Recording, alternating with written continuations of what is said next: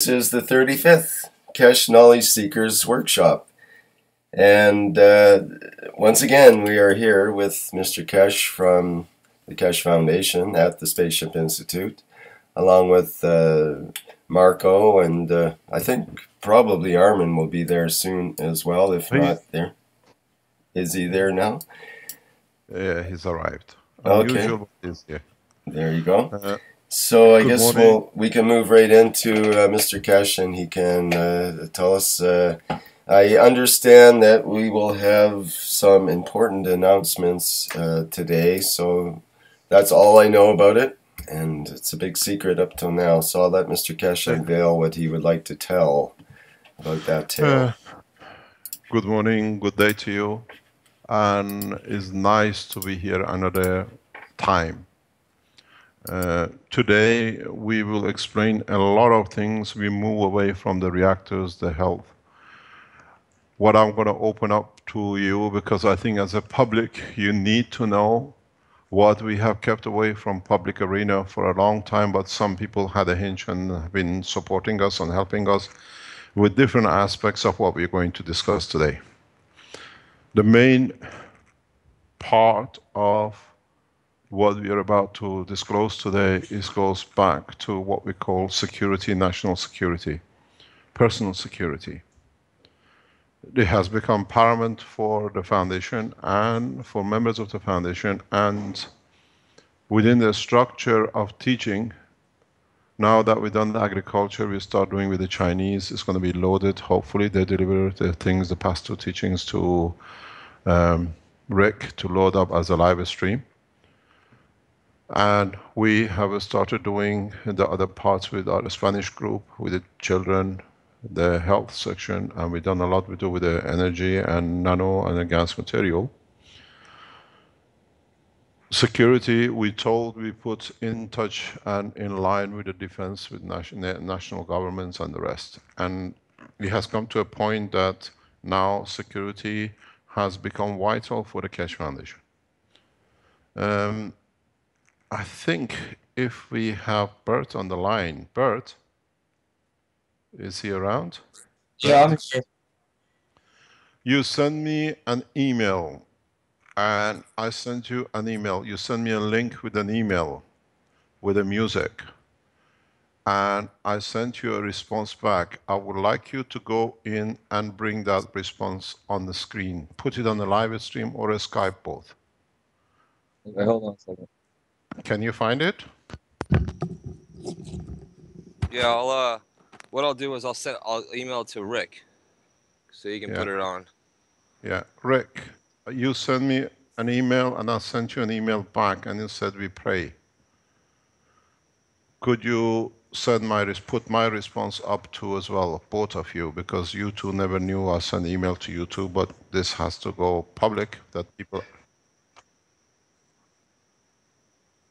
Yeah, but you said me you pray for her. And you know which one I'm talking about, yeah?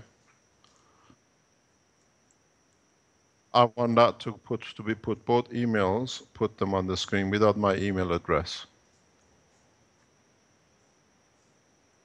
Yeah. How do we see the live stream?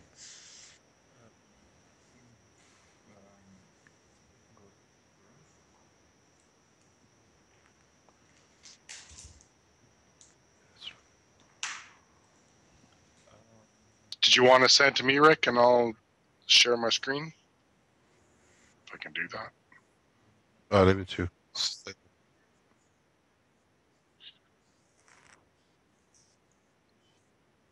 Yeah, okay, good.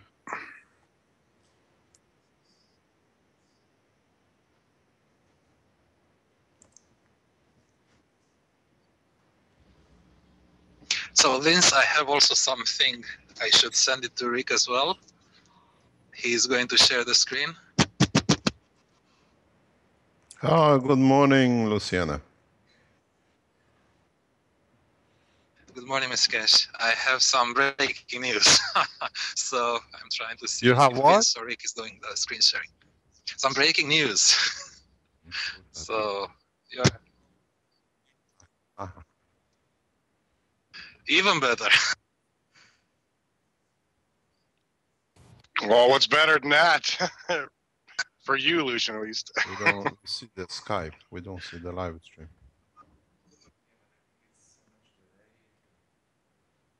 Yeah, but they should see the pen, huh? Yeah. So what is the pen?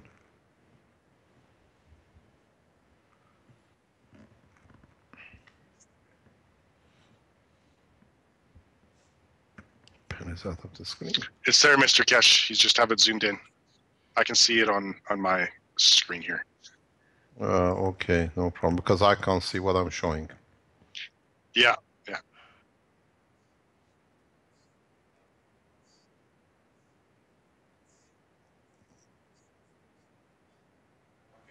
Okay, so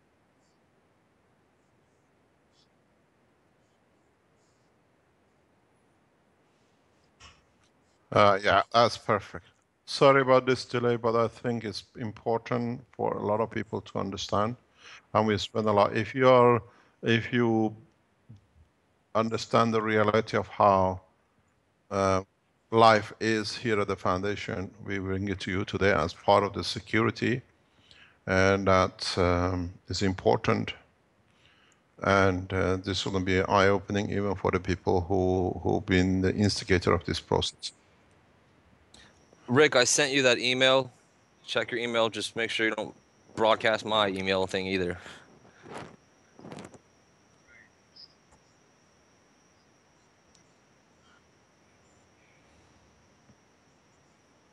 If you got it, hold it till I start speaking, and I tell you to put Brett's first and then yours afterward, please.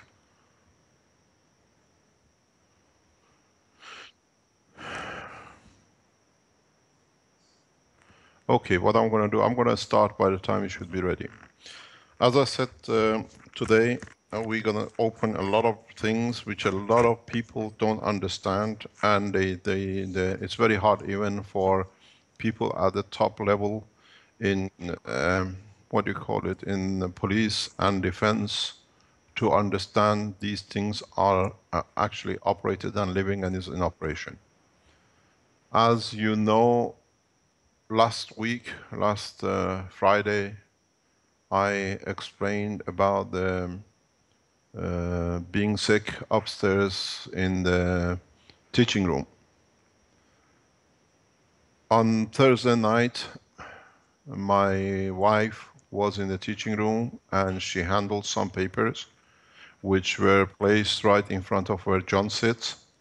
John Skelton is one of the knowledge seekers.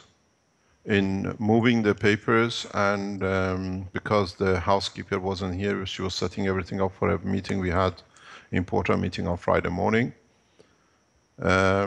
She got poisoned with what is known as belladonna, a very strong poison. These papers were set on the table literally for the second attempt, because they tried arsenic the first time, it did not work. We found a solution around it with the help of Dr. Elia. This time they changed the poison to belladonna, but unfortunately Caroline was in the room and she touched it, and the situation became so critical that she had no blood pressure and she had no the heartbeat of over 120 to 200. Again, Dr. Elia was live online, constantly telling us what to do. I did what she said, but at the same time understanding the reason was getting done. And she was transferred to the hospital on Monday afternoon. Literally, I said goodbye to Marco and Armand that most probably 90% we were told that she'll die. We arrived in the hospital, and on arriving, the doctors could not see on how this situation was going on. The heartbeat is perfect. The heart, what do you call it, the diagram of the heart operation was perfect, but the heartbeat was so high, no temperature, and a woman being in a condition of literally unconsciousness. We asked questions, we looked around, we asked national securities, other securities. I asked my security people to look into what is happening. And when I got home by accident, I received an email from Brett. And it was just a link to a music about Carolina. And I wrote an email back to him. John, Rick, if you can put that email up, please, from Brett.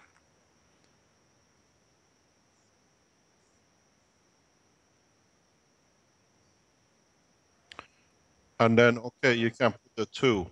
And meanwhile, at the same time, I received on Monday night an email from Rick that the Spanish session will go on Tuesday afternoon. And I wrote the email back to Rick as well, that with the situation Caroline is, we might have to stop to reconsider the situation. So I have been attacked to be killed 8 weeks ago. And now that it didn't work, the attack came in the second wave, that they could make sure through my weakness they can finish me off. But unfortunately, Caroline came in line. As you see, Armin. um, Armin. I am out. Armin, please mute. It's not. live stream. You're on a live stream? No? Okay, you cut off. Okay, now you can shrink this to be seen.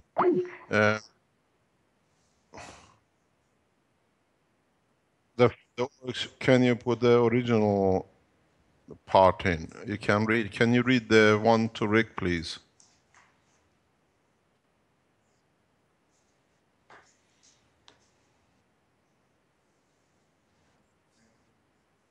You want me to read mine? You can read yours, please. All right. It says, "Dear Brett, she is in the hospital and been fighting for her life today. She was poisoned by the same person as poisoned me with belladonna last week. I hope she stay alive till tomorrow, that I still have a wife and my child and mother. MT Kesh."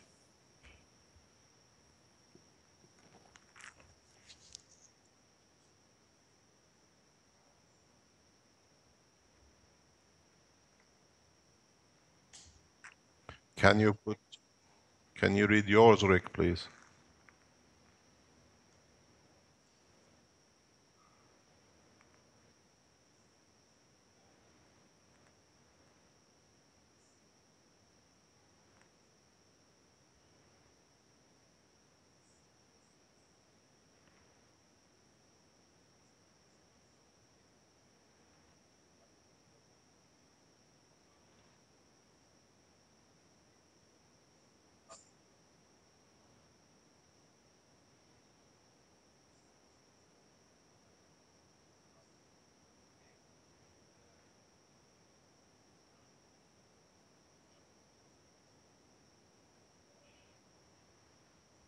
So I didn't have my microphone on in live stream. I'm sorry. Let me just reread that again. Sorry about that. The communication was, "Dear Rick," it says, "yes, looks okay at the moment. We might have to cancel the presentation, but I let you know later on today. Caroline is in the hospital with poisoning.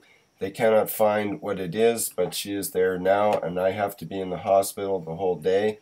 Let you know before the time for the workshop, and yours faithfully, MT Kesh." And at which point I had sent back that that's unfortunate. I send healing energies to Caroline, and by coincidence, I'd say, well, if it is of any help, I received the following comment in the Kesh Foundation Facebook yesterday. "Dear Mr. Kesh, traditionally based on very long experiences, Iranians used pure pomegranate juice to cure poisoning." Someone had put that in the Facebook when they'd heard in the last workshop about that problem. So, yeah, and then. So what we come to, thanks very much, both of you. So now you see how we live in the condition we are. The only person who is under attack is now me and my family.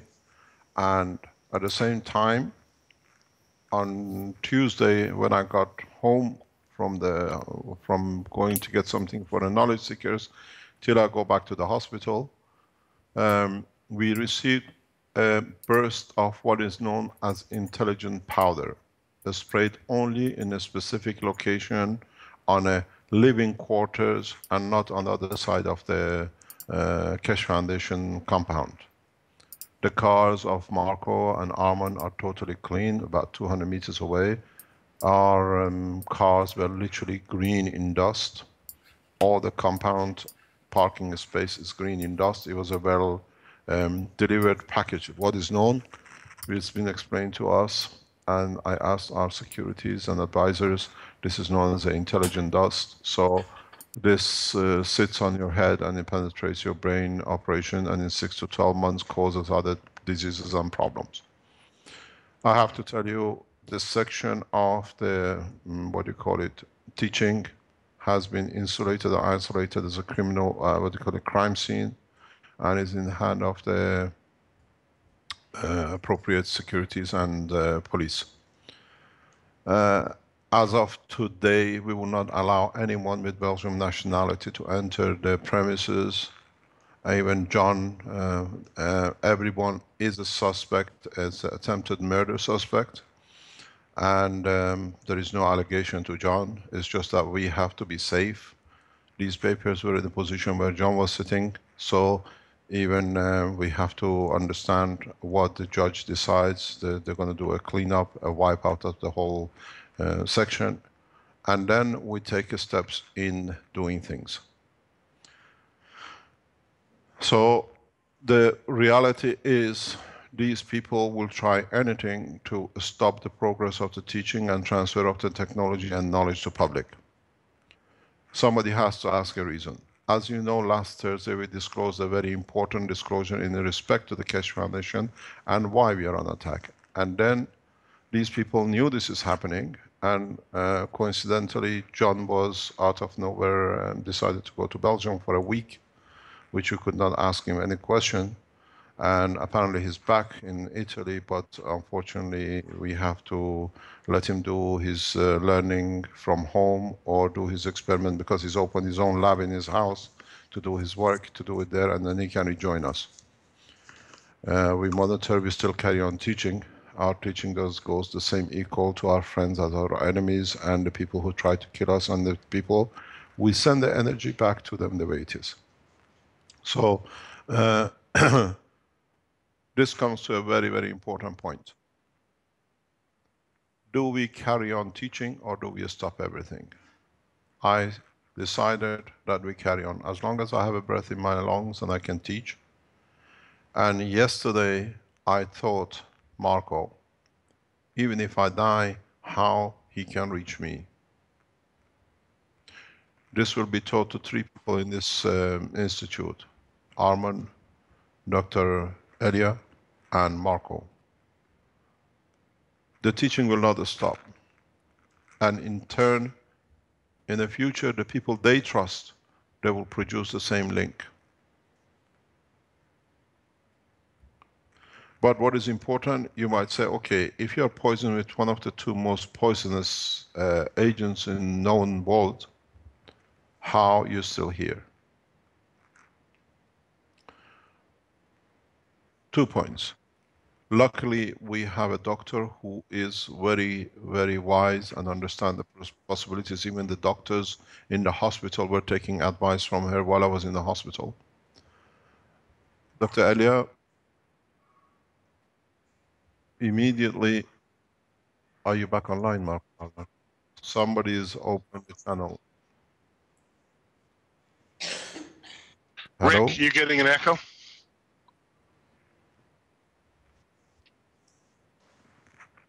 We're getting a feedback. Okay, so what it is that some people have forgotten about a paper which I wrote and is on the website you can buy about homeopathy.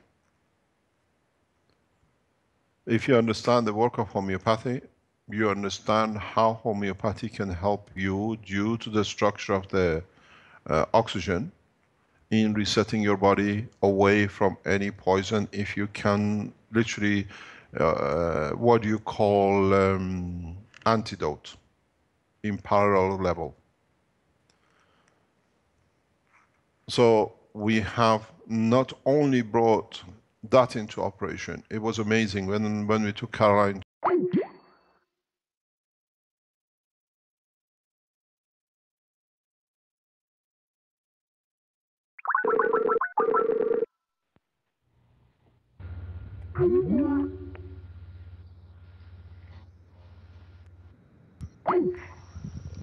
Hello, am I back?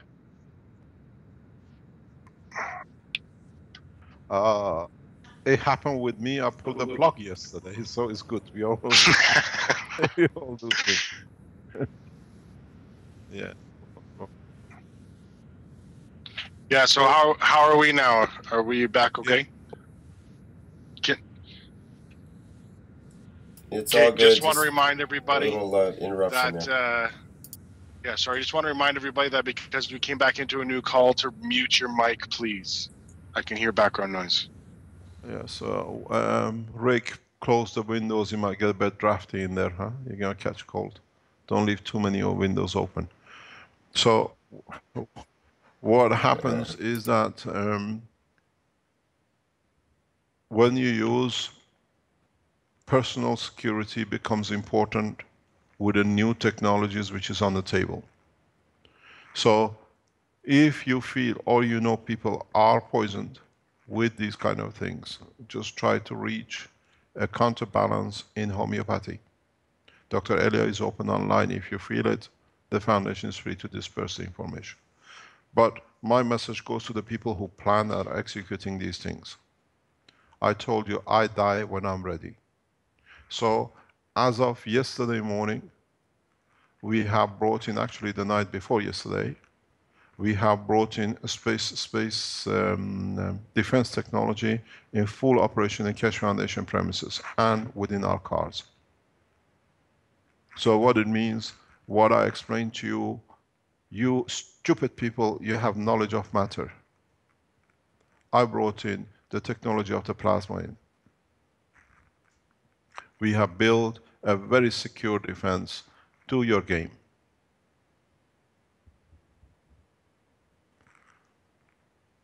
Let me explain to you something very easy.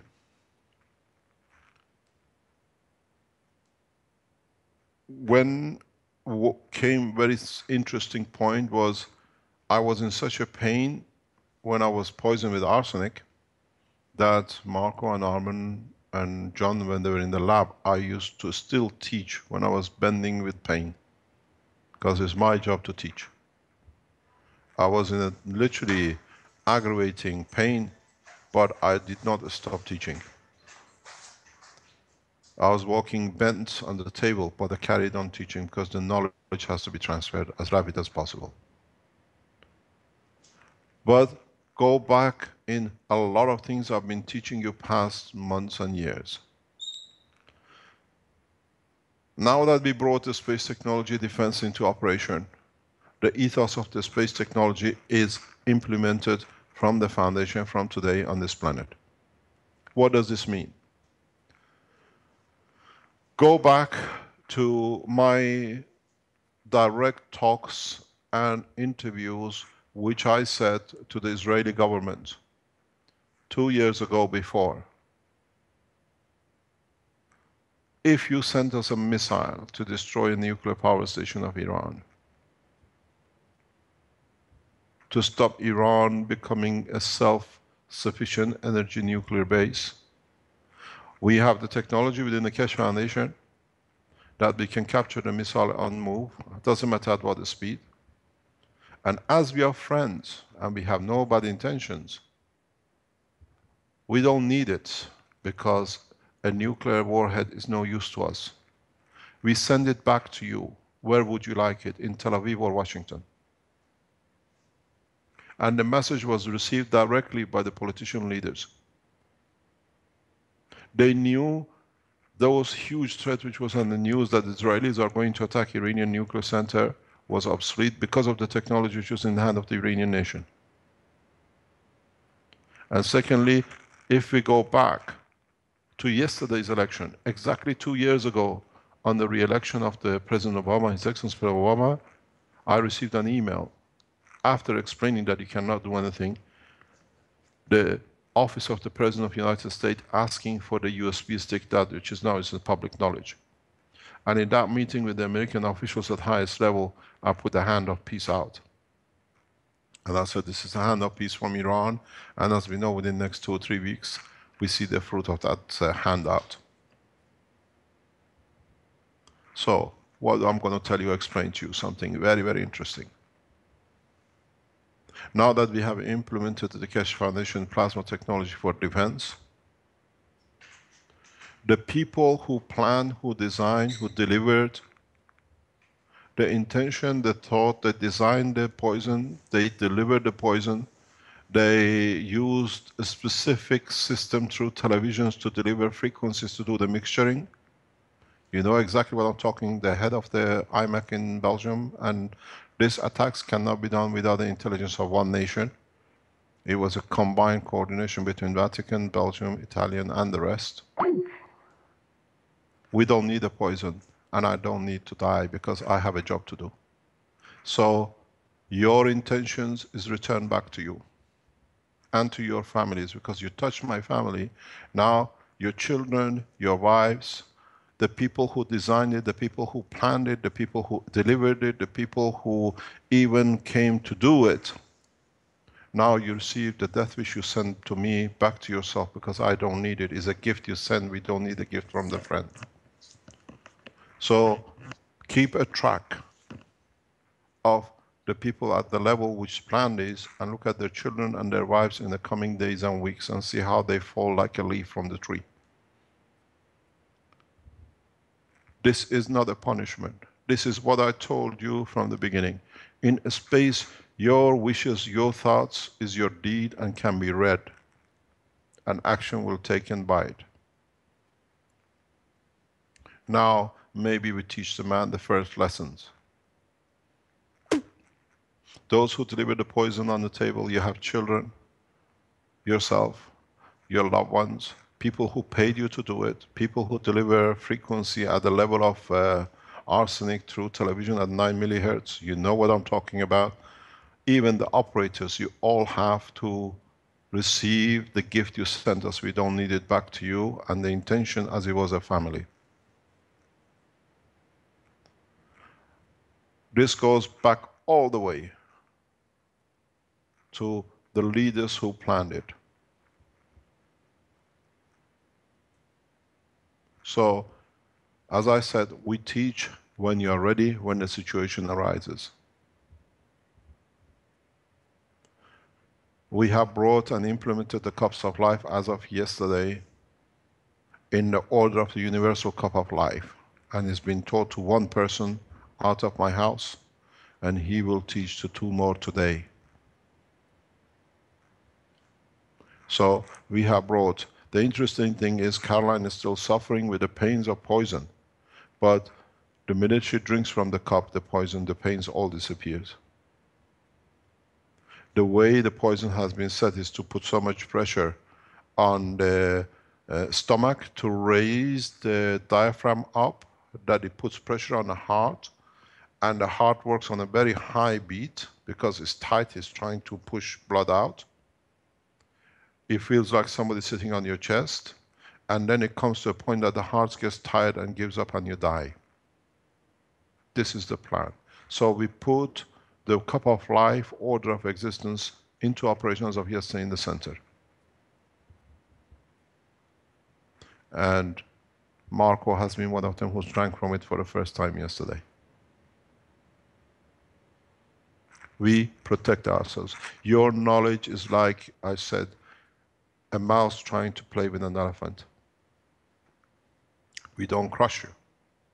We just let you get by. But on the other hand, you become subservient to your own slave, to your own soul. So the people who planned this murder attack on me and my family, I don't need it. I bless your souls. I don't punish your souls. But in a way, you played, you made a shot with a very powerful bullet. Unfortunately, the glass was bulletproof. The ricochet has hit you. Now this ricochet will hit everybody in that room who made the decision to do it with their own family. As of yesterday, the Keshe Foundation offices in the teaching center and upstairs has become a crime scene, and now we have to see what the officials of the Italian government, and we ask for the Position Qanuni, which is the Iranian legal investigation in murders, to investigate too. That one cannot cover. It will be covered by 2 nations. We bring the Iranian scientists, forensics, to do their own testing that nobody can cover nothing up.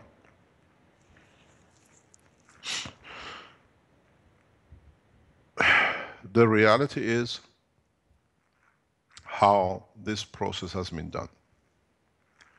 The process has been done on a direct attack, on a slow poisoning, which the counter where it was brought in. Then the attack is done on a composite. What it means, the composite poisoning and killing now, it's very, very, very common. It's all frontiered by IMEC. We have people inside IMEC when we are aware of what they are doing through different points of securities. This is that they leave like a dust upstairs and then they give you another dust outside. This is like a milk and flour. And then through the frequency on the radio wave in the television, they deliver the mixture. So you don't carry anything, but inside, as a composite, you die. And there is no trace. This can be stopped. We have put systems around. We do not receive the frequencies at any level, and any material delivered to us counter will be made automatically by the systems we put in. But the people who continuously do this, even the people who are operating, they think they are doing, their nations are kamikaze, like Japanese, hitting themselves with a plane into the, what they call it, warships of the Americans. They are doing some good something for their nation. They don't know that they've been played by a man, only by one man. So now we do not attack. We do not do anything to harm nobody. But this is the first teaching, first lessons of man, to understand how you will not even think or talk wrong that you get it back yourself. Now the people who deliver the poison in different shape or form, they can see what it is. We have no problem with this. Can you put the camera on, please? I don't see it. What it is, what is important for you to understand is that we knew that we knew that the poison in some cases was delivered in a very small dosages through handshake. And if you can see, I wear gloves from now on. I've been wearing gloves that the handshakes do not get me the poison. I think even you noticed yesterday in the teaching with the children, there were gloves worn.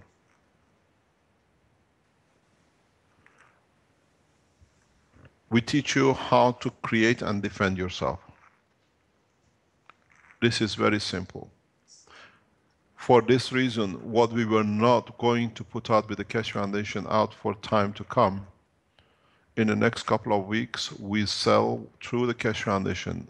We don't accept donation. You want it, you buy it, because now this is like a book. We might put it on donation, but we've seen people, when it comes as a donation, they go for the minimum they can get away with and they do whatever they like. I will release units that you can buy, you can carry it in your pocket, that any kind of poisoning attack can be released, and you can test it. We will release systems that you can put in the house that through the materials you already know through the foundation, you can protect yourself and your family from any kind of, even if you speak about chemtrails. We put it to test, we have no problem. As you know, we delivered the material to the University of Sierra Leone for Ebola. Strange enough, the government says they do not see the performance they were expecting.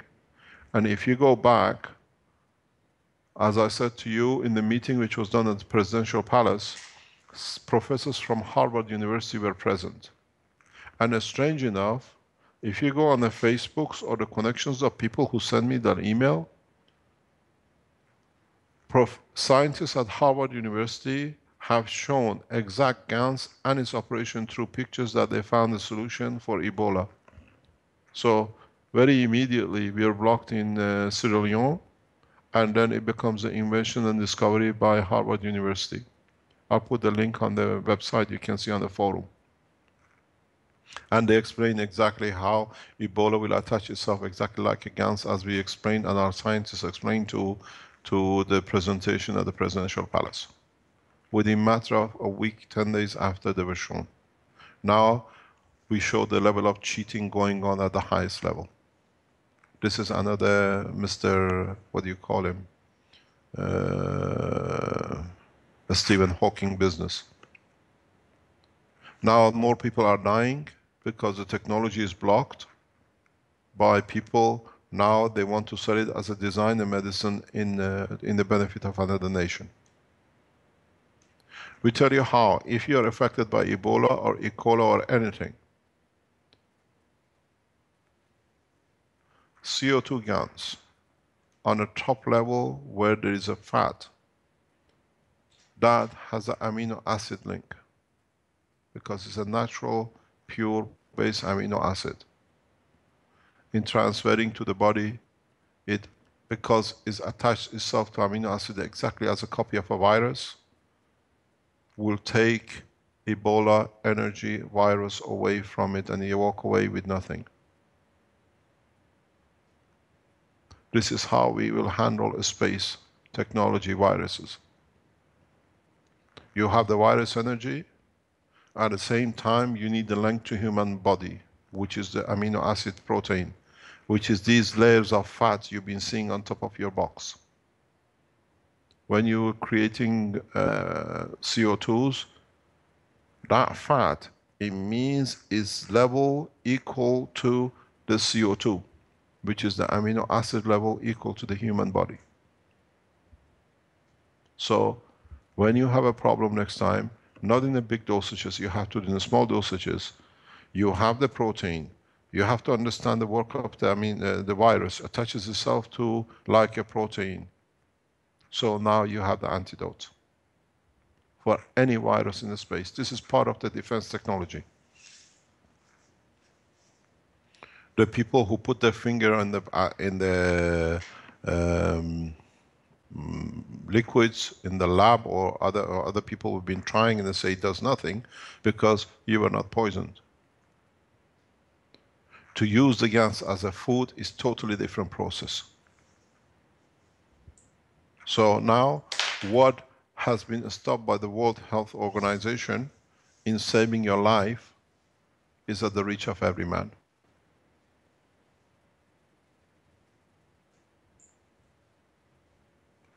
Virus needs attach itself to a protein link. CO2 is a GANs. Harvard University confirms now they want to attach this thing to a protein to see how it performs. You already created on the top layer the matching protein for it. This is how man's life was created on this planet. So now you understand how in the space you protect yourself from viruses which you do not understand but is magnetically field and it gets attached to your body. All you need to do, because your body is made of cancer structure, use the top layer. Never touch copper oxide. Copper oxide works as a metal and increases the cancer level. CO2 is at the level of the NCHO3. It is within the compound of the amino acid, because the amino acid is made of the N, C, O, and H. So you attach the same to the same, and you take a small dosages every 5 minutes at the beginning for about 3 times, and then you increase it to every 1 hour till the virus is absorbed, attaches itself, the energy of it gets absorbed by the plasma of the CO2 in a gas state, which is connected to your protein. Now you know how I'm taking my family out of poisoning. Now you know how we're using the simplest, most advanced knowledge to man gameplay to protect ourselves.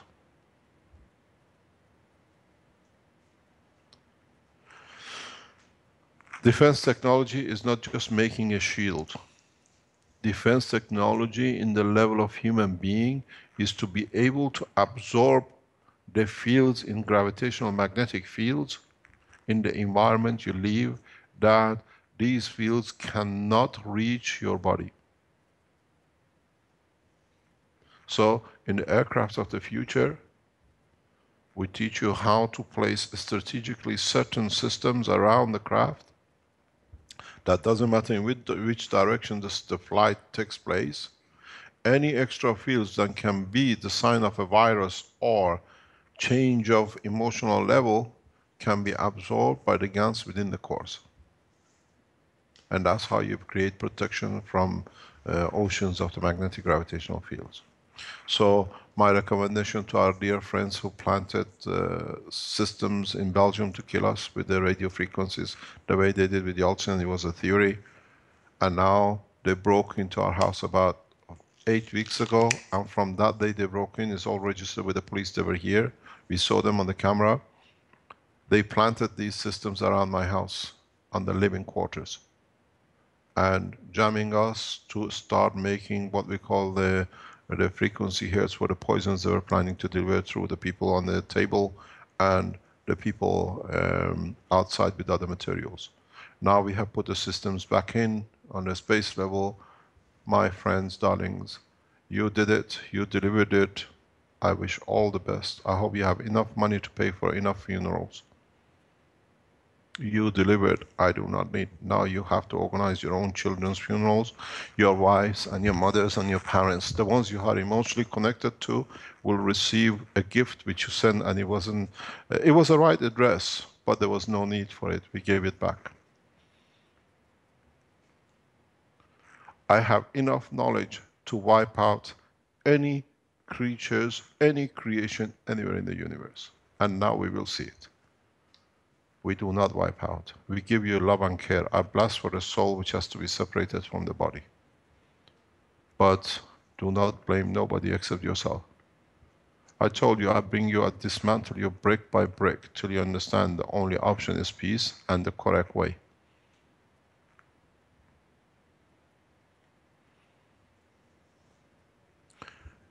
Being an operator, very happy I can jam, I can do this, and I can send frequencies through the television because you planted the system electronics.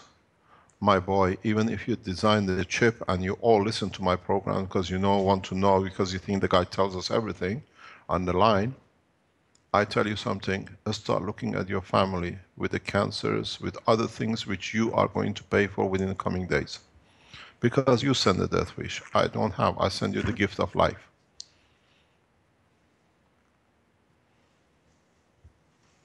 Now what we learned, how to protect yourself in the space from viruses. I think today's lesson is more important than anything else, how you build reactors and how you make CNN news. My teachings will stay for thousands of years. Your meager life finishes very soon. Because you decided, not me. You jumped off the cliff. From a 300-meter cliff with no parachute, and you hope to survive with a shallow water of less than 10 centimeters. You jumped in the deep end to earn 1 million for killing me. Now those millions has to be made for the coffins and the hospitals.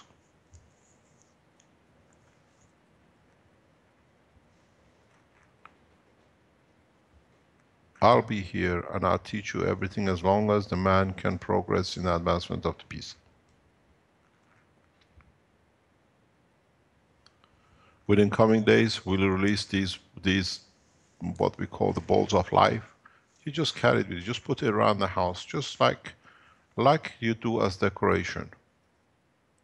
No frequency, no attack, no any noise will harm you, because these plasmas are dynamic and they receive the information, they're active, and they absorb everything in the full spectrum.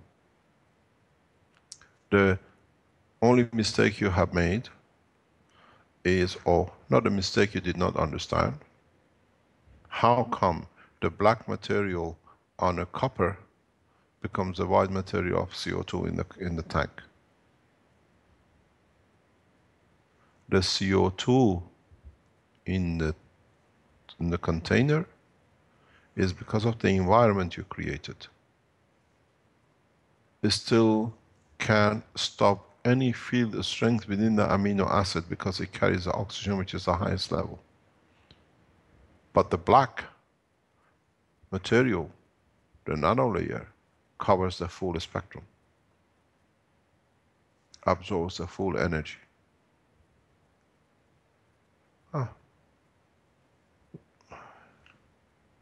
Join the meeting. So pray for their souls, they need it. The whole structure is that we don't spend our time in planning to destroy or to attack. We spend our time in developing and going further and teaching and trying to help and do work. With this illness, with this attack on Caroline and me, all it is, you stayed behind. The teaching is slowed down.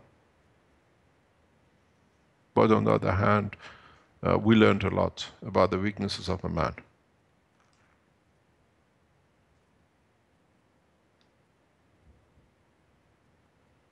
I see through you, but it's not my job to tell you what you are doing.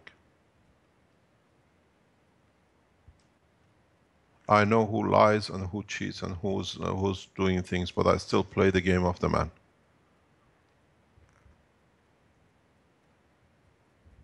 In a defense technology which we'll deliver very soon, as I said, all the marbles which were used and taken from the buildings of Colosseum will go back to Colosseum.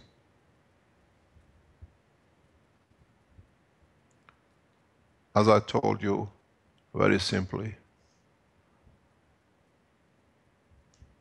the marbles of Colosseum were taken from the outside and building of Colosseum to build the Vatican.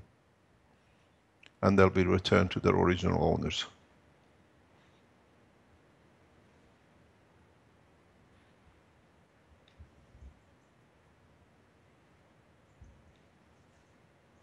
Every presentation, every talk we give is listened by His Holiness the Pope. And within a week, 10 days, we see the response in different public announcements he makes in response to what we've done and what we do and what we explain. On the 27th of October presentation in Vatican, His Excellency, His Holiness Pope, has said that we believe in aliens and soon will come in touch with them and are part of the God's creation. You can read it.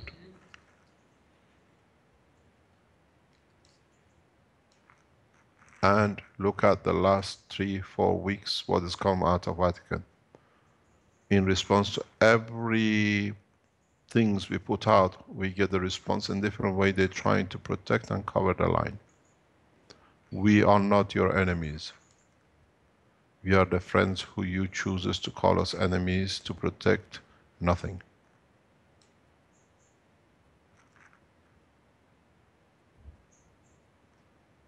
We still carry on with research. Now we developed this different small lab that we can handle the beautiful reactors which Arman has made. We moved them yesterday. They've been offline. They've been set up new. You will see that he's made a beautiful with Marco structure for it. It's miniature because a second set has arrived this week, but most probably next week or two we put it up next to each other. And you will see even the reactors being switched off and they've been moved around, they've been handled for past 2-3 days. They were at 1138 kilogram last night when we left, yeah? And this morning when we came in, it was at the 1122. So it means the reactors are active, still balancing. And then when we go in with Armin a few minutes later, and we walk around, it is back to 1138 again. We go back live stream again with all the tests.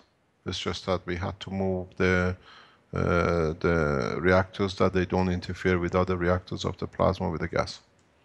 So the teaching will go on, and now we have a separate independent building for the teaching within the compound of the foundation. This has come partly due to the security that nobody can reach us on their living quarters, because they had a section there and plus the lab on this side. Now the whole teaching section has become into one side. It's its own building.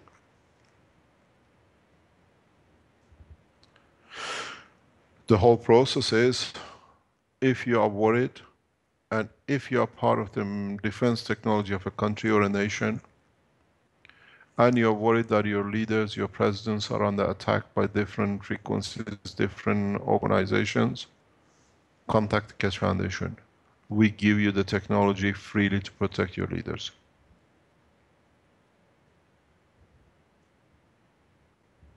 I heard a comment on a chat show by somebody who, now we did not release his name, but he has released our name in his talk. A gentleman called Gordon, in talking with Mike Harris, that they sent one of the top Italian physicists. I think Brett can put that snap on the line if you want to listen to it. Because now it's a public chat show, millions of people listen to it, you can listen to it too. The knowledge seekers saw the gentleman when he came in, the professor. Brett, do you have that snap? Yeah, I'll send it to. I'll send an email to Rick with the link to it. Okay, Rick, when you get it, can you put it on that we can listen to it? It's only about 3 minutes, please. So now you understand, people at the intelligence, United States government, and what do you call it?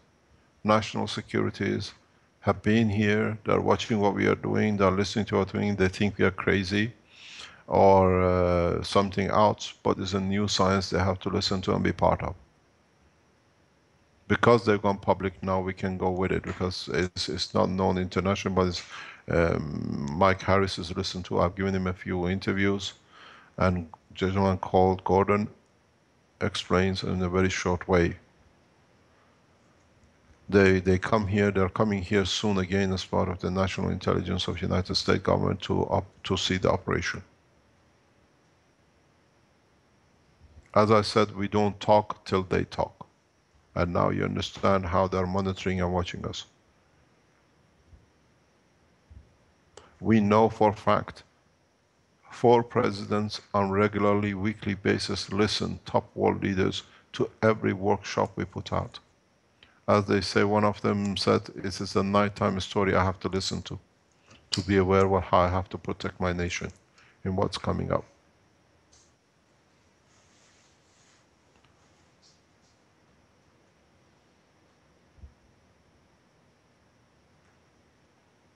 If you go and look, everything has been done in the next couple of weeks. Hopefully, Mr. Cho, James can tell you that the first book will be will be published by the payment and the cost of the Chinese government and Shenzhen University, which is the top university in China, by their expenses.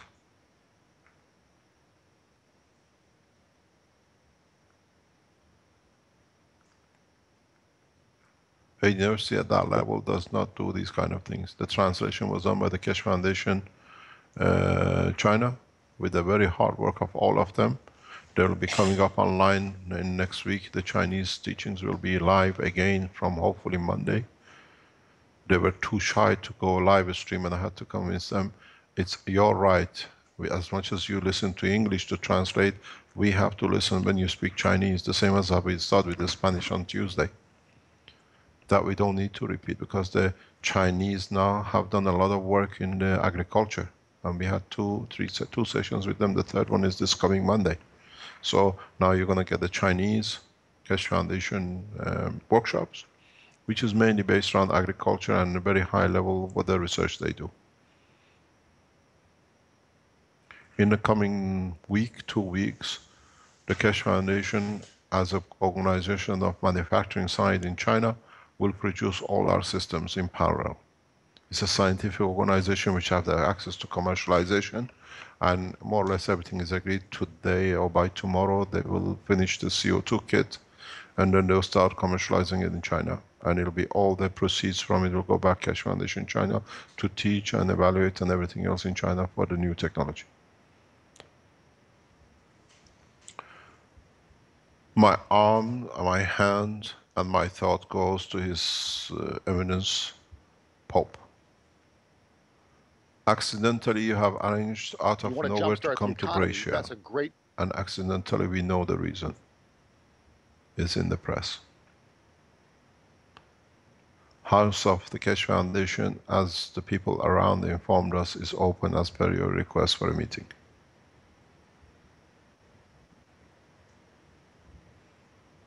We are not enemies, we are friends working on the same way to help humanity.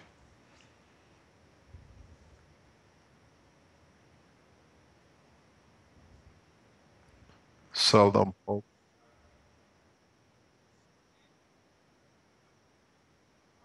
Do you want to play it?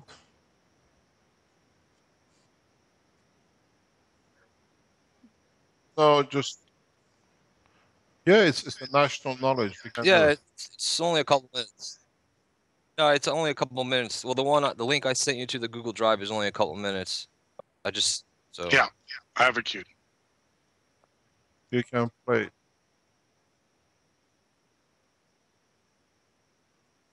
Yeah, can you tell me if you hear it? Not now, we don't. No. Didn't hear anything? No, we didn't hear it. Okay, go ahead. Great way to jumpstart this economy. And we would take, No. if we stabilize Iran.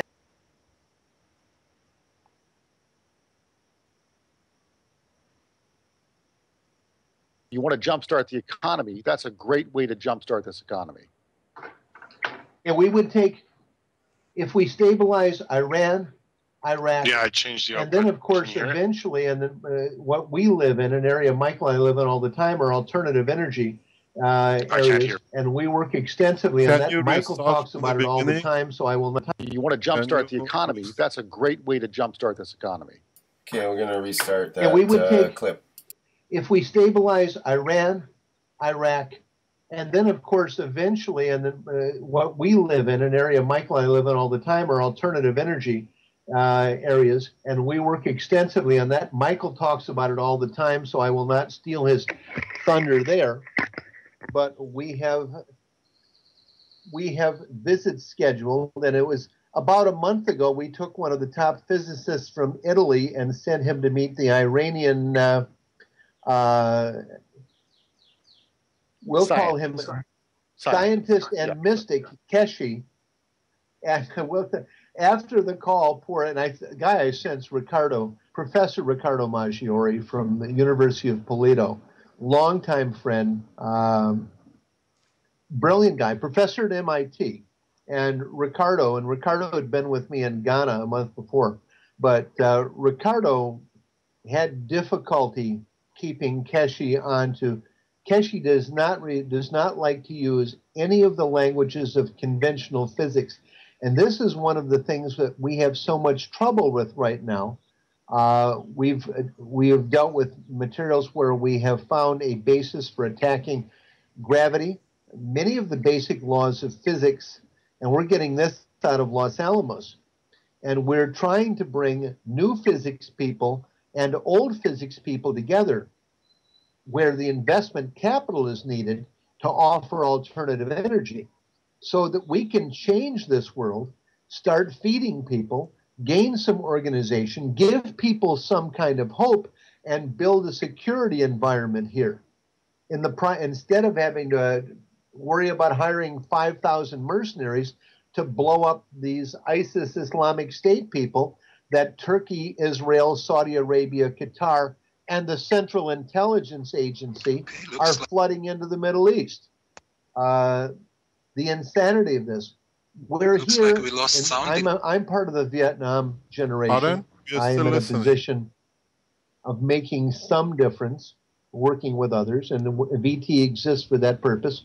All of us are here for that purpose, no other purpose than that, so that we can head into the happy hunting ground, as it were, where we leave a world where ignorance isn't worshipped as it is today, where anger and hatred isn't worshipped, where children have a chance to grow up with some kind of hope, a survivable planet. And then these are things, and I think we need to do this more often, because we have any number of issues.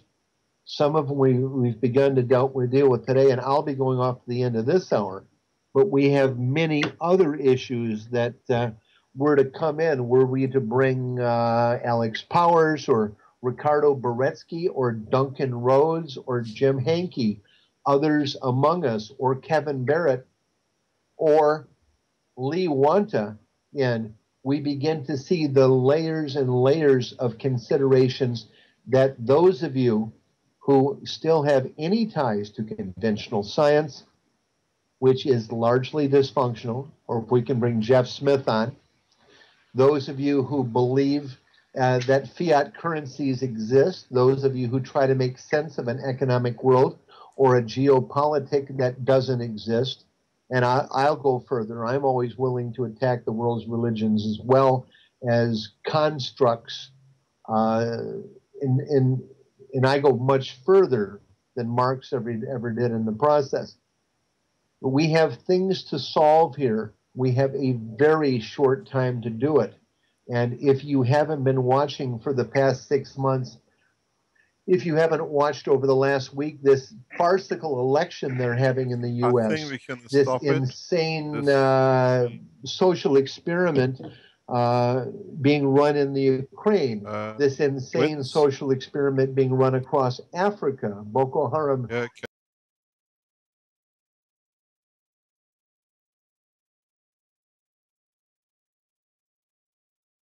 and we did not reach these people. They reached us, and we collaborate.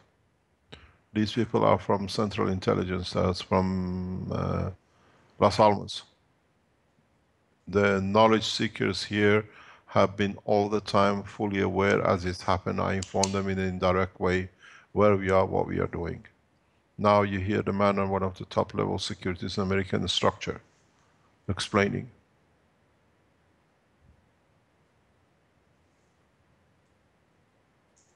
There are people on the website, on the forums, on the chat rooms.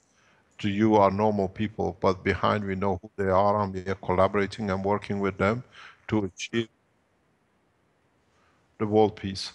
And Rick, you got your microphone open. So you understand the game of Keshe Foundation from limit of what you thought is far beyond. Are you still in pain? Your heart. Go and drink the waters outside. Come back. My wife is still suffering. She's sitting here with the pain from the poisoning. So you have to realize to attack the Keshe Foundation the way they have done, to attack my family, to attack myself. I do not do anything wrong to organize something to take revenge. I bless your souls, because by doing this you show the weakness even at the highest level. And that soul needs a lot of support. Punishment has never worked. But when the soul takes the life away from the physicality, that's the punishment.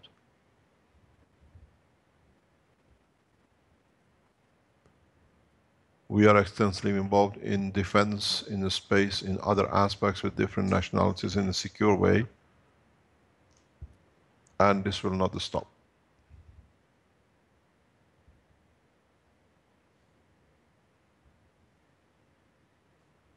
I inform national governments directly. I inform the Russians as much as the Japanese, the Chinese, and the rest. I was working till late last night, and I stayed literally more or less awake whole morning for the important meeting which is happening in Tokyo in respect to TEPCO and commercialization of the technology in respect to energy for Japanese government, that they don't have to import so much oil. This meeting was planned 2 weeks ago. We send the materials here. Armin fixed it about 2 weeks ago, and Marco did other parts, and we sent this package to Tokyo, and it was this meeting was going on this morning in respect to this.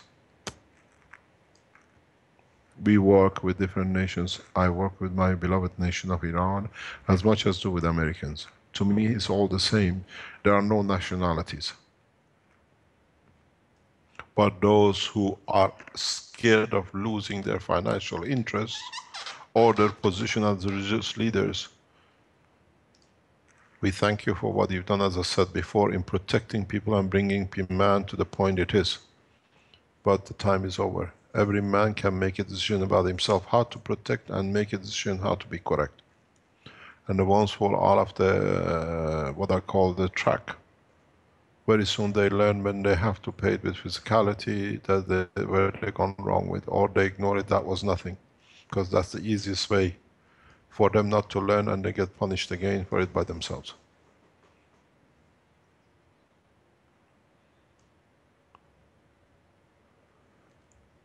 The technology has to be open to all the nations, not to a few to make money out of it. Keshe Foundation under no circumstances will collaborate, operate, or do any work with European Space Agency or people who work or are connected to European Space Agency. We'll collaborate at the highest level with NASA, Russian Space Agency, Chinese, and the rest. The reason being, at the realm of the European Space Agency, since Mr. Hans Brackenier, the man who planned all the murders and everything about me and my family.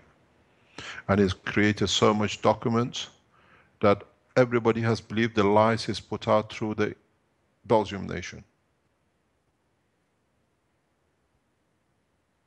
Because they use governmental roads, so they have managed to defraud the whole nation for a lot to suffer.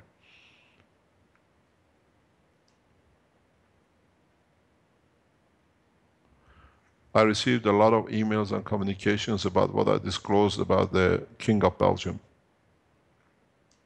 last Friday.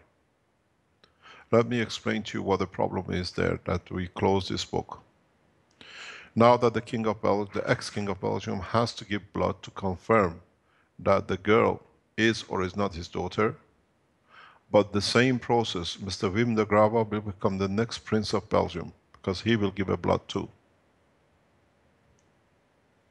And by the same order, if what is correct to be, the present King of Belgium is not a Belgium, so he cannot be a king.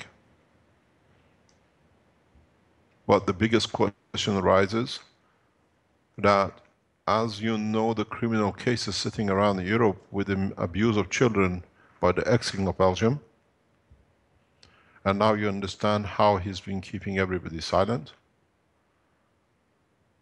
is how come the other European nations, being aware of it, have kept so many parents losing their children through such abuse?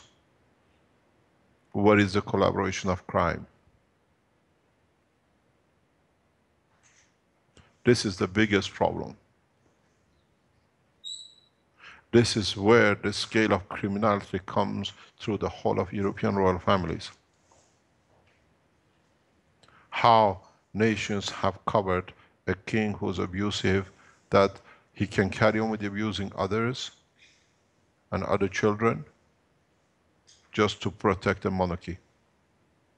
Is a blood of a man is different that is in the gutters or a king? To me, no. It's the same amino acid. Now you understand why it's a collaboration between government trying to finish the Keshe Foundation or to kill me. Because the question comes, how come French, who's got 50 cases in the court of children being raped and killed by the ex-king of Belgium, has kept silent? Political immunity does not exist for a man who's a murderer, doesn't matter king or not. It did not exist for Saddam Hussein. It should not king for a king in Europe or in America as a president or the rest. Now you understand when we talk about the collaboration. Understand something very clearly. Go on the internet. When I was arrested on a transit to Mexico to help with to travel there 4 or 5 years ago, and I kept captured in the airport for 11 days, where there was the World Leaders Summit in Toronto that week, a scientist at my level as an Iranian nuclear physicist cannot be captured and kept in the airport unless they had a full clearance from the White House. Would not be done without the full authorization of Belgian government, would not be done with the full authorization of Mexican government.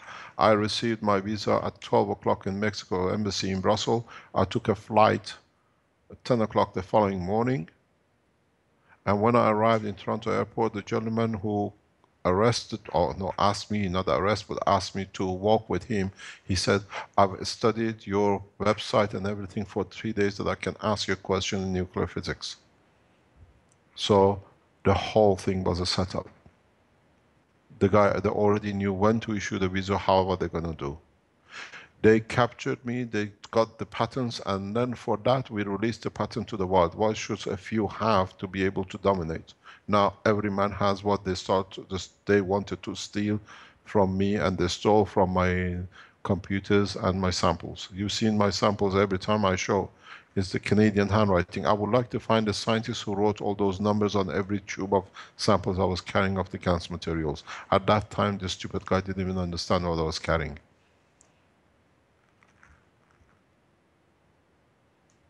The attack on us is done by the full permission of Vatican, with the full permission of Italian government at the highest level, with the Americans, with the Belgians.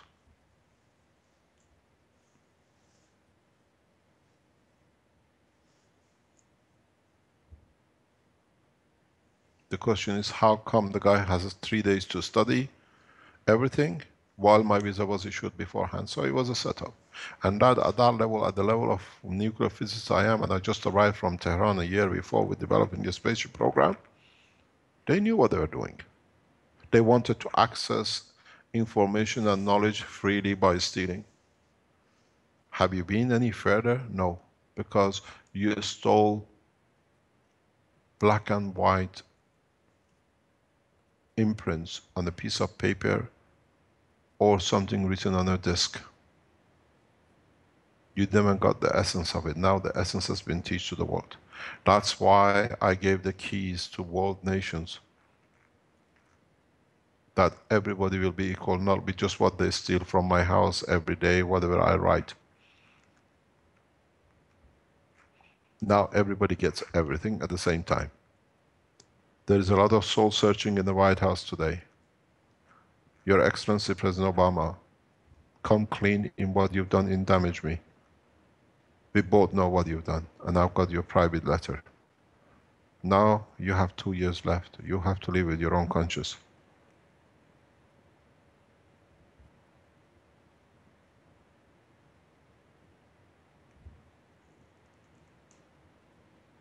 I would not be imprisoned in the airport and be told I'll be executed every day if it was not signed by you or by your national intelligence or Mrs. Clinton.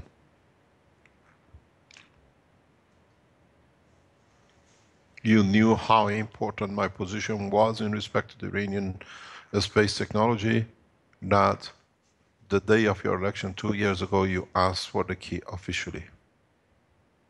Even though the Canadian downloaded it, the whole key was exactly what you received in Canada.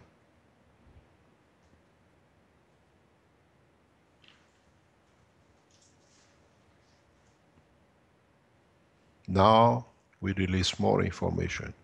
The more you push, the more information we open up, that people will be protecting themselves and using the knowledge themselves.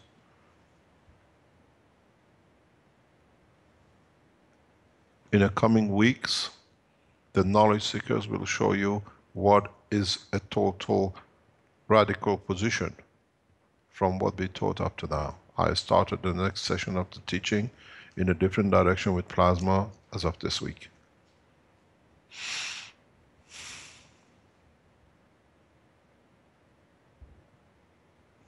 Please understand one thing.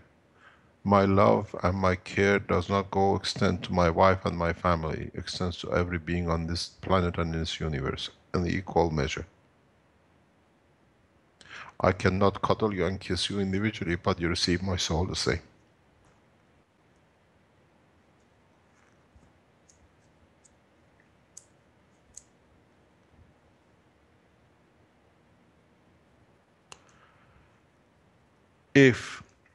If there will be one more attempt on my life,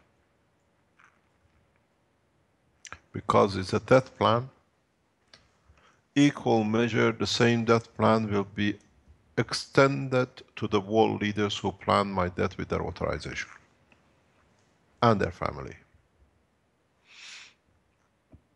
I hope I'm very clear.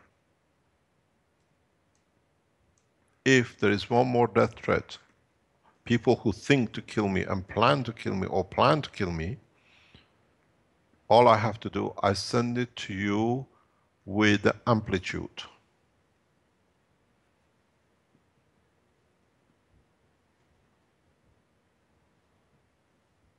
Be it the world leaders, be it the religious leaders, be it the rabbi, the Pope, Ayatollah, or anybody else at any level.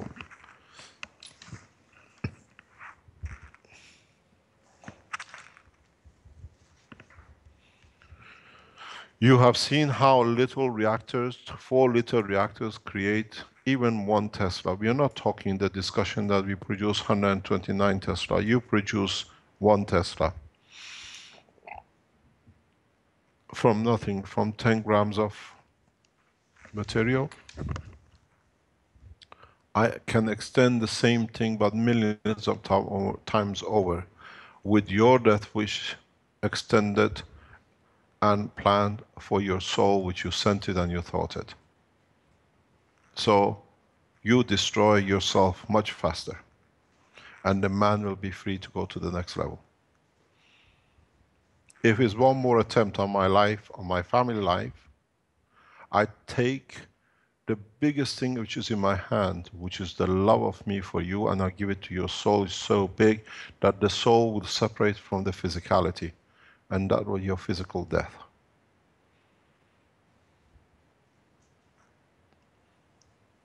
But that soul will not elevate. President Obama, Your Excellency President Obama, stop these attacks and organization of these attacks, the same from Vatican to me and my family. The hand of peace is out. From now on you receive your intentions very directly.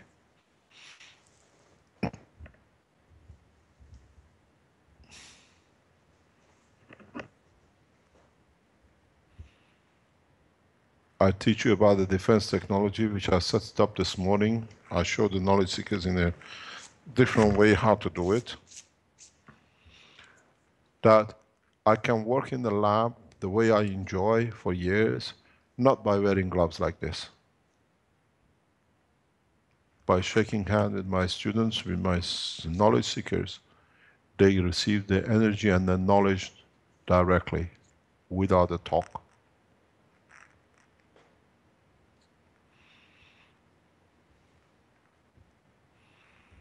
If the forensic shows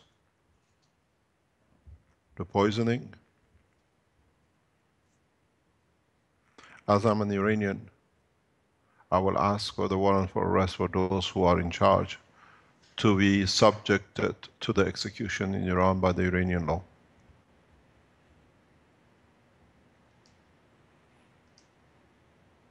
The warrant will be issued in Tehran for murder, and the court will be in Tehran, and the punishment of premeditated murder or attempted murder by the law in Iran is execution.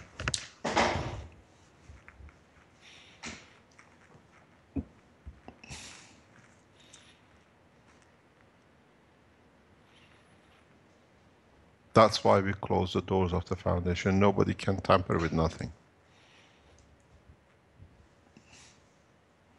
I don't believe in execution, I don't believe in this, but as the law stands by the law, eye for an eye, tooth for a tooth.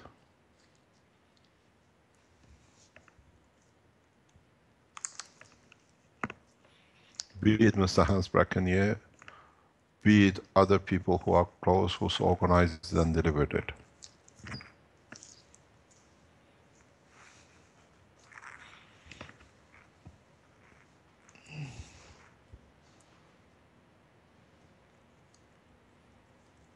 Now,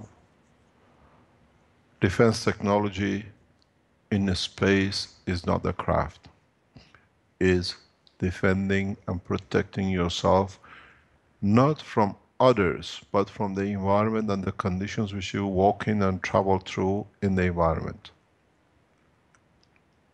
And if you translate in the man language, it becomes defense or becomes security. What is very interesting, which I explained yesterday to national security people in a different way,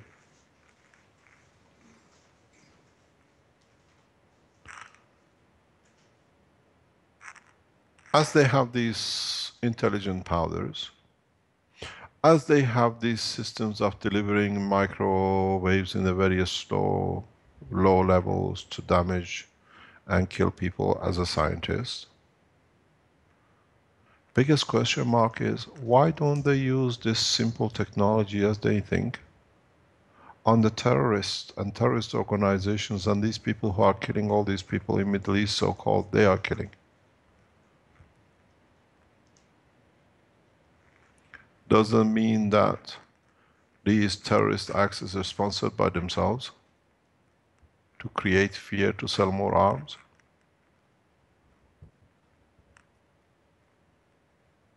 Strange enough, the same green powder has been over my house and on a car of 2 Keshe Foundation supporters 30 kilometers away at the same time. And there is nothing between the Sensano and Brescia. There is no green trace. The ones who we cover as Keshe Foundation supporters, their souls are protected by us and they will not be harmed. So this is a planned attack. If you plan to attack us and do what you're doing, why don't you use it on the terrorists? What's you so-called terrorists? Unless it's organized by you for making factories and running your companies.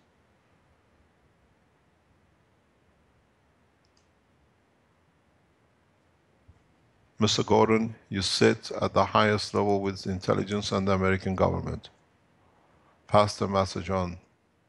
The people who know who he is, pass the message on.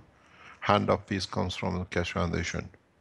And if there is any more attack on me or my family or any member of the Keshe Foundation worldwide, we'll give you so much love to your soul. We send so much strength to your soul that it will detach from its physicality.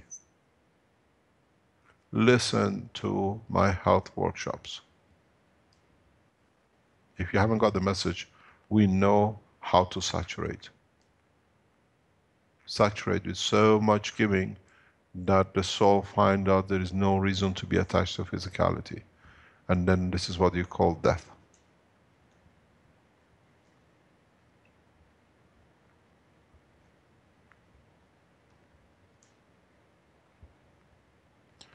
In time, I teach you how to build systems.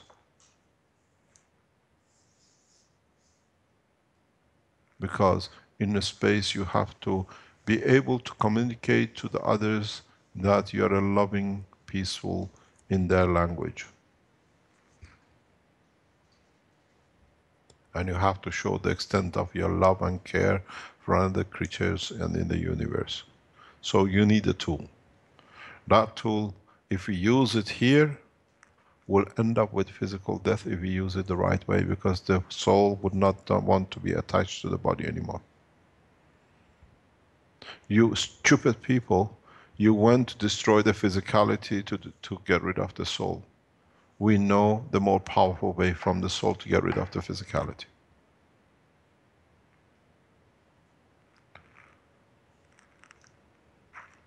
My dearest Holy Pope, stop the attacks on my foundation.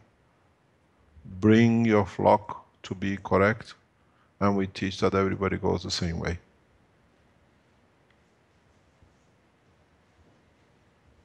We are not enemies, we work on the same level, and at the same time, they call me whatever, but we know who we are and what we are delivering.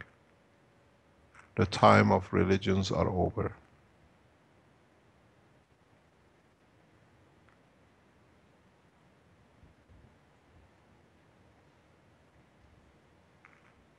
Are there any questions?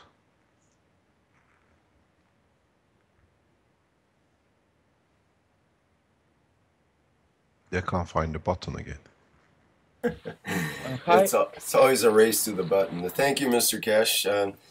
Any questions from your end there, Vince, or on the Skype call? I heard someone in the background there.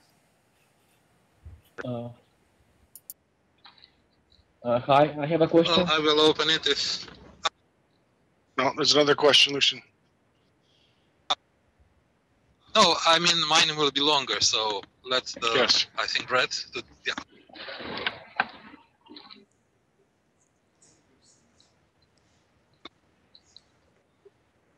Is there any question, So or do we Red, go go home? ahead because you will be.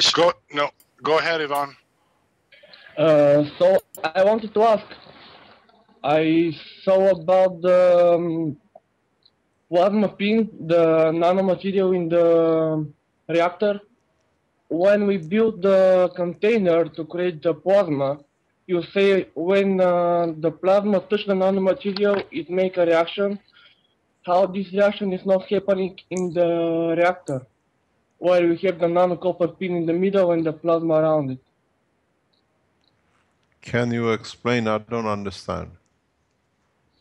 I mean, when we put the two plates in the container, creating the guns of whatever, you said that if the guns touch the nanoplate on the bottom, it creates a chemical reaction, which destroying the It layer. creates a shortcut. Yes, but when we build in your lab the copper reactor with the copper nanopin in the middle, we put the guns around it. It doesn't make a reaction also, or? No, because it falls to the bottom of the container. Okay. In the That was it. Thank you. You mean in the reactor? Marco is trying to explain to me. I mean, when we make the reactor for the guns, if the guns on the bottom of the container touch the nanoplate, you say that is destroying the layer of the plate, the nano layer. Yes, because what happened in that state, you create energy level equal to energy level of the plasma of electron between the two plates. You don't create an electron or electric current flow, you create a plasmatic flow in a level of electron between the plates. So you convert you become part of the chemical reaction more or less. And then you find out that production of the GANs stops. Whenever you see the production of the GANs slows down or stops, clean the container and clean your plate. Which means even though you don't see through the water, but there are too many processes of going on to produce gases that it creates a connection between two plates. It's a plasma magnetic field strength equal to electron.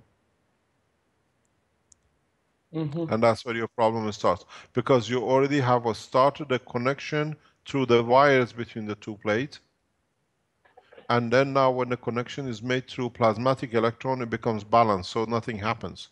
And you don't produce any more, what do you call it, GANs in the container. because even though it's invisible, but the field connection become the same, and you have already connected your wires from outside, you create a balanced environment in your liquid, so it stops. So if every time you come to a balanced production, you don't produce any more material, look at your the connection or a change of the salt water in your container, or there is a connection at the bottom. So in the copper reactor, we have different environment with the pin in the middle. With that, Separate. with that we push the GaNs material to the walls. So you have a picture on that I have. I'll show it on live stream there now, and you can see the material. You can't see the live stream. Well, just wait. Okay. You just pressed. Okay, I want to see my pen on the live stream. Okay, I had that up. Okay. I had that up beforehand, and I just took that down. And so this is a rotating ping pong ball that's lit up by a laser light, so you can see the actual material inside that goes to the walls, like you were saying, when it spins. So the center pin is insulated from the material on the walls. It's separated. Yes. So what it is we discussed with Arman and Marco yesterday. That what we're going to do now, we have moved the smallest cell formation GaNs into a new room. We're going to add the number of increase the number of the GaNs to a third filling, and then we increase the loading by 1 copper oxide, and then we increase again by 1 more load of CO2 GaNs, and we watch how the 2-3 GaNs slide over each other for creating plasma. You're still in pain?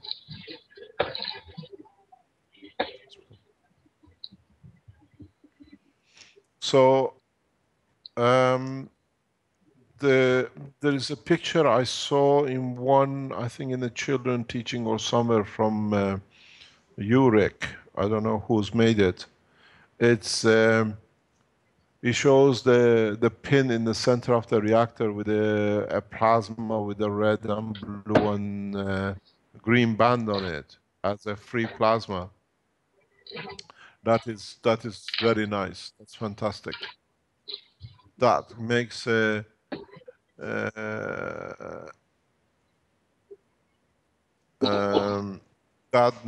good representation. If you can get hold of that picture, you know which one I'm talking about?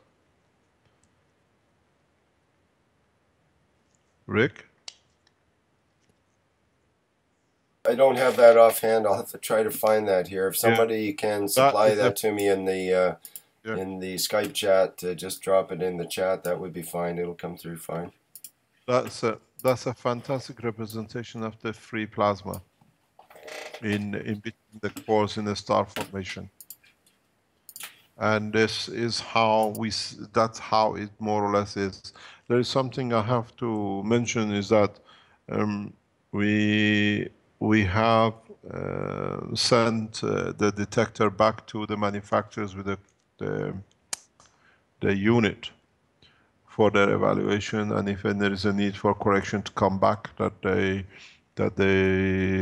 restate the values, correctness or whatever. There was a slight problem with that detector, which we knew from the beginning. You had a X and Y and Z, and the B was only reading the value of the X and Y, and it was ignoring the high values of Z. And when you look at the, what do you call it, plots, the plots were showing the actual value of the reading, which was all the same at different Teslas. So if you ignore the B reading or translation back to graphic condition as a plot, you see the same. There is something which I was explaining to Marco this week or last week, is that if you look at the plots, we see that whenever, yeah, that's a picture. We see that every time the X increase, Z increases, which is the push of the field from the free plasma out, you will see immediately drop in X and Y. So what happens, the minute the surge comes, the strength of the field of the Z direction is so strong that it disconnects the reading or the measurements of the X and Y to reach the detector. So this shows the strength of the field is so much that there is a drop. And then you see a negativity, which means the field has a strengthened, and it comes back on the X and Y. So the pulses, when you analyze the plots, are 100% correct. And we see it with the field interaction and repulsion, what comes out of the center core. So we wait till the unit comes back next week, and they want to test themselves because they never seen this operation. But we knew even in our other detector, which is for a weaker field, plasma field, B always reads X and Y if the Z is high, or if it's the X high, it eliminates it. It only reads the two lower level to make the B. So B, in fact, is totally irrelevant. You see the structure of the flow of the plasma inside.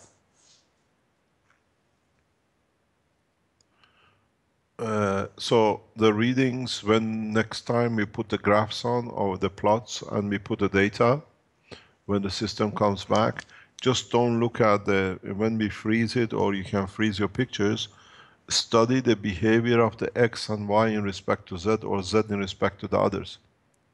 You see immediately when you have a high pulses of, what do you call it, in the Z direction, you get an increased negative increase in X or Y or positive.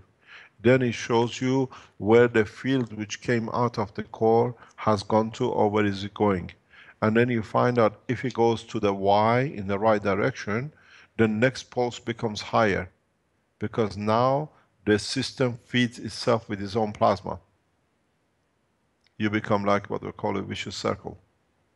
Increase and increase, and as it goes through the center core, it absorbs more energy, and then the continuation and the structure of the plot will teach you a lot about the behavior of plasma inside the core and inside the free plasma.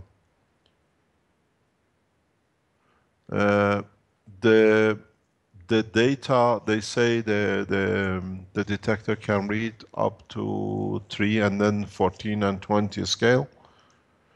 Even if you can make 1 Tesla, which says the system parameter is not on its limit, you try to make 1 Tesla magnetic field. Even if it's detected correct up to 14, at 16 with megawatts of energy in Holland, they just managed to float a small frog on a drop of water a few years ago, and it was a huge breaking news. So we don't look at the B. B is irrelevant. We look at the flow of the flux. Before, when we were working with the plasma, the graphs were irrelevant because it was important at low levels what it was done. So look at what the plasma gives out and the effect of what gives out on its environment. The plasma of the copper coated plate in respect to the plasma of the it says, is this chat working? I don't see anyone. And it's working, yeah. The plasma which is created between the two plates dictates what strength it has. It gives out in the Z direction. that somebody's microphone is open. That it gives a strength in the position around the surface of the container equal to gravitational magnetic field of the CO2. In the copper oxide plate, you produce an environment for the CO2, but it's not that much of it. But you create a condition following. It's exactly when you put a copper nano-coated material and a copper plate in the salt water, all you do now, you are carrying with the same process as the caustic was doing in the container. With the difference that now you create the top atoms as a plasma on the copper plate to be loosened off and to become a GaNs. And immediately, because it's a copper in a nano state, in a GaNs state, it links up with the oxygen in the water, and you end up with copper oxide. This is the blue one, what you see on your screen. So it's a different process, it's different environment, different conditions created. In the children's program yesterday, we were talking about creating the condition. In the CO2, copper and zinc, you create an environment around the box because of the structure of this copper, the plasma. And that magnetic field is equal to CO2, which attracts the fields of the material exactly like a leaf, as we show in the presentation. In a copper with copper, the environment is you are separating the matter from the plate.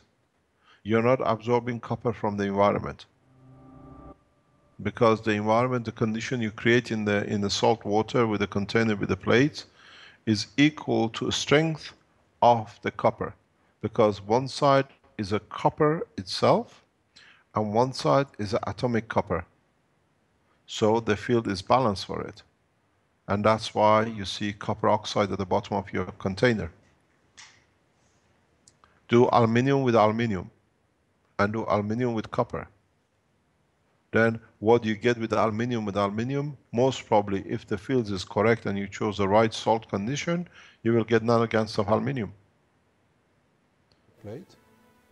This is what you got to understand. You just look at what comes out. Understand, even though you're using the same process, you're creating different environmental conditions for the plates. And then you play with the ganses. Then you play which GaNs, look at the atomic structure, how many electrons, how many protons. That gives you indication of the field strength. And then you see how you play. How they interact and influence each other in totality when the system is run. It doesn't matter if you use it in the dynamic core, or doesn't matter if you use it in the static core. Next question. Yeah. Yes, Mr. Keshe, this is Lucian. Just 1 second, Luciana, wait. Yes. Marco is telling me, ask me a question. Okay. For what? For chemotherapy, to extract energy. Chemotherapy? Yeah, of chemicals that are used.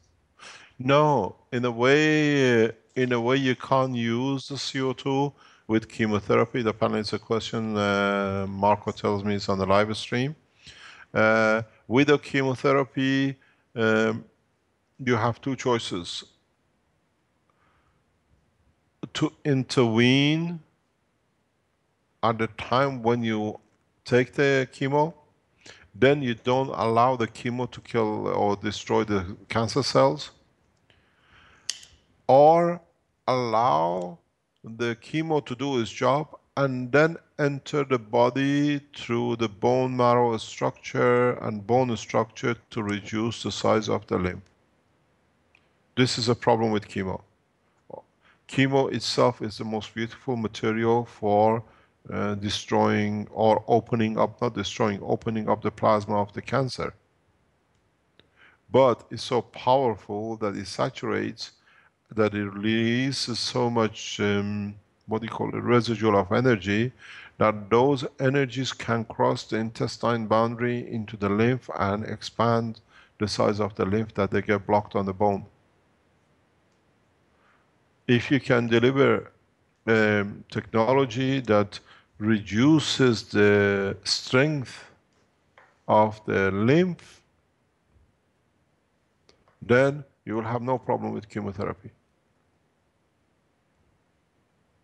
So CO2 you can't take to change the position of with the chemotherapy with CO2, because if it's taken as a tablet, is in there to create a high value energy. When you speak about medicines, when you speak about taking any kind of tablet, from now on, ask what's in the tablet. Look at the chemical component of it. Then write with it the atomic structure of it. How many proton, how many electron. And then understand the structure which is created, which of the material is there as a supplier and which one is as absorber. And then on the other hand, add the total number of protons and electrons together in each respect. And then if it's very high, then count for one additional proton, because if it's a large number of electrons involved in the chemical, that gives you the strength which is delivered to your body for what purpose. This is what they tell you, it breaks down to this chemical with that enzymes in the body, and the rest is the same as what they call the Earth was the center of the universe.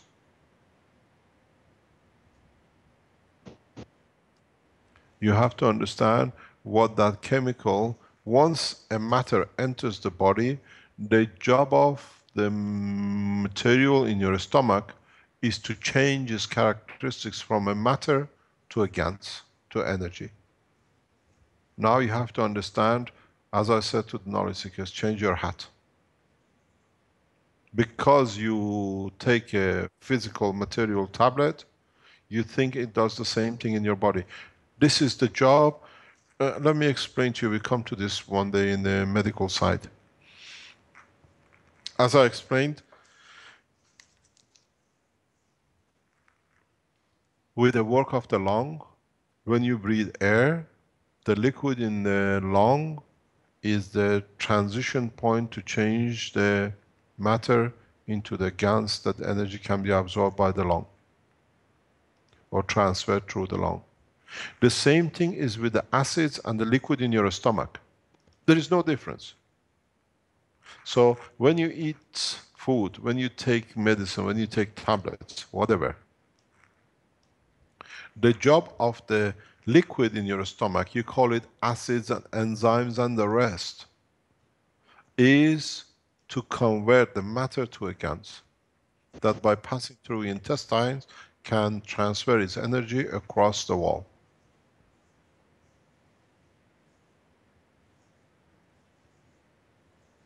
In the lung, the contact point is very, very narrow at the level of the next to each blood vein, blood vessels which passes the lung.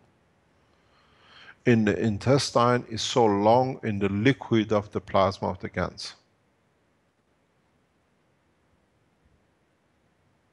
And every twist and turn in your stomach, in your body, dictates what you absorb, what you have, what you receive from the food you digest. And as you've seen, when you turn a plate to another plate, you get a different gans, different energy. Even though you see as your stomach are twisted and turned next to each other, all that creates a specific gans inside what can be transmitted from the wall.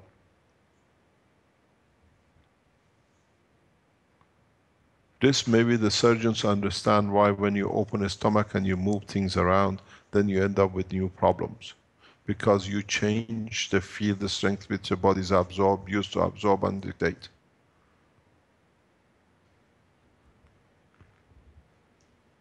So it's not just that your stomach is somewhere or whatever. It's that liquid in your stomach, how it changes the matter into a gas that its energy can be transferred across the wall. So the liquid is not just the acid in the stomach. That what you call acid is changing the matter into a gas, into a plasma. That its energy can be transferred. When you eat a cucumber doesn't pass your intestine into your lymph. Otherwise we see millions of cucumbers everywhere. Even it's a mush of what it is. The same thing is with chemotherapy. The same thing is with what do you call it? Chemicals we use for changing conditions. Add up the figures and look at the total energy of a proton, electrons, and the neutrons in that chemical. In a way, if it's very hard, what I say, if you look at it, for example, I don't know if you can see the picture here. If this is an electron and a proton, I don't see it on the live stream, but it doesn't matter, they most probably are picking it up. Yes, he's showing that where are we? Yeah. So when you see an electron and a proton, you look at its total plasma. When you have an oxygen or you drink water, H2O, look at that, okay, that's 2 hydrogen. And now add in protons of the material and then neutrons. Now this is your plasma and this is the energy which is delivered.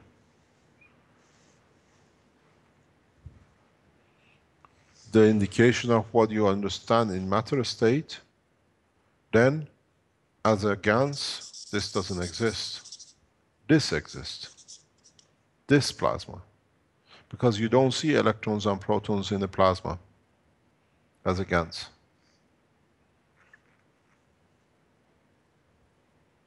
You see the strength. This is where the confusion has come with a lot of scientists in respect to the GANS and the matter. Because in the atom of hydrogen, they look, okay, this is the hydrogen, we know 1 electron, 1 proton, and they look at it as a matter. But in fact, you got to look at this Coulomb's barrier. But this is in the matter state because it has to create a friction slightly stronger than a plasma. So that's why when you change the matter to GANS, that slight friction energy which has to be released by the proton to show its manifestation that exists is slightly at a higher level than when it's the same thing in the GANS. So when you convert matters into GANS, you see energy. That's why you can write your lights. Because there is no loss of the field between the two entities. It's all one. And so there is no need for that friction and there is no need for that friction. The GANS shows itself as a hydrogen, behaves as a hydrogen, but you don't see a hydrogen. This is when the Nuclear Center in Italy did some tests on the materials they had from us. Chemically, they don't have a problem. But Raman spectroscopy says it's what it is of CO2.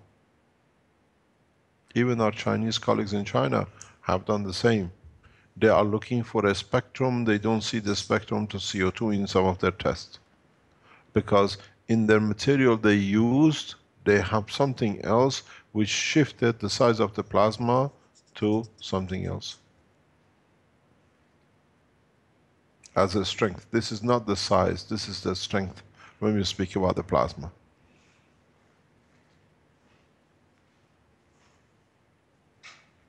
As the size of neutron in this universe is the same all over, the size of the GANS is always the same. It depends on what a strength reaches the boundary.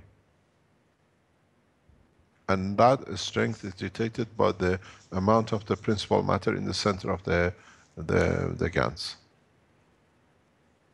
So before you rush and do things with just because you know half of the story, please be careful. That's why I said I start teaching you step by step. And that's why I said if you have people in Africa with Ebola and everything else, even people with AIDS can start testing with a CO2, which is with a fat, and see how they feel as they use it, as they consume it. It will show different reactions. It will not be the same with everyone, but because it's a virus-based, it will attach itself to it. But chemotherapy is not a virus, it's a matter state. And they produce a tablet or injection to deliver a certain package. You look at the structure package, if you disturb it with a GANs or CO2, then you create a problem. As I said, CO2 links itself with the amino acid, that's why you have it on the top layer. But at the same time, when you have a CuO, you have the same. So what you do with CuO, they can't see it. Somehow I'm upside down, Marco. Or I see myself upside down, doesn't matter. So what it is, in fact, let me write it here, let's see. With CO2, you attach yourself with H2, HO and C. So the energy is within the parameter. But when you add CuO, the energy is beyond the parameter of the GANs of the amino acid.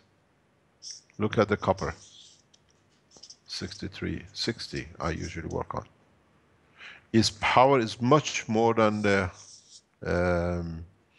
amino acid. So it dictates. And this dictation can lead to death if it is digested. Because amino acid become part of the subordinate of the plasma of the copper oxide as a GANs. It takes and releases much more powerful energy. This is part of the weapon technology. Because in a space you need this kind of understanding of defense of the matter in GANs state to be able to lead to creation of the materials you need. But you can use the same structure in defending your craft in a certain materials. Very much like if you're in the air and you go into the water. You need this understanding in detail before you do anything. So just don't go and say, oh, first of all, we don't accept any responsibility. You have to test it yourself and the scientists have to evaluate it the way they can make you work to do it. And unfortunately, in a space, we don't have any FDA and we don't have a World Health Organization to authorize you how you can save your life. If you understand the principle, as you enter a condition, FDA cannot send you authorization, put your finger in the cup. Are you okay, Caroline? She's got a pain in her chest from the poisoning. So please understand, just don't go say, Kesh told us you can take CO2. Understand for your body structure, understand the other chemicals you're taking in conjunction for your diseases like the AIDS or Ebola or E. coli. Because those chemicals have their own interaction field. It becomes composite. Is that possible to visualize or make this visual for people to understand? Because now I have it to imagine. We don't know, chemistry is all imagination. Nobody's seen an atom. But can they make it visual? Yeah, you can see it with the GANs. You can see it. Okay, I think it's time for Luciana to bombard us with this breaking news again. They didn't report your last CNN break news. Luciana?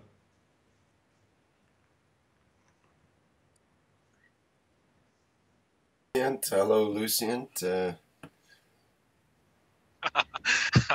Okay, Rick, so please try to load the first image. Okay, just a second. Do you hear me? Okay, so please, Rick, load the first image. That was just a second here. GANs Nano _2. Get this lined up here. Sorry about Okay, it. while Rick is loading it, I will proceed with the story. Okay, it was a CNN breaking So news. if you remember about 3, 4, this is how they're saying. So if you remember about 3, 4 workshops ago, we are discussing about your cells, so to speak.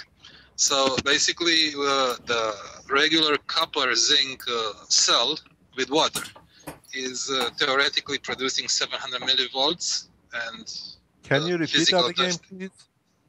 Can you repeat?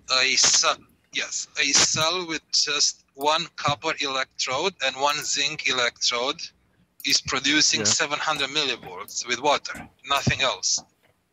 And this is consistent with the theoretical part. So as you remember, you suggested that we shall put copper oxide GaNs with copper. So we should see some improvement. And now is coming the nice part of the story. In the moment in which we have GaNs copper oxide on copper, the voltage is raising from about 700 millivolts to 1.2 volts. So we have about 30% increase. And also when we are going to put a copper wire nano coated, we'll raise the same at about 1.2 volts. So basically there's nothing new. It's consistent with your findings and the people in Italy, what you guys did there. But now it's coming the nice part. I think that the picture is not loaded yet, but I will explain you until then.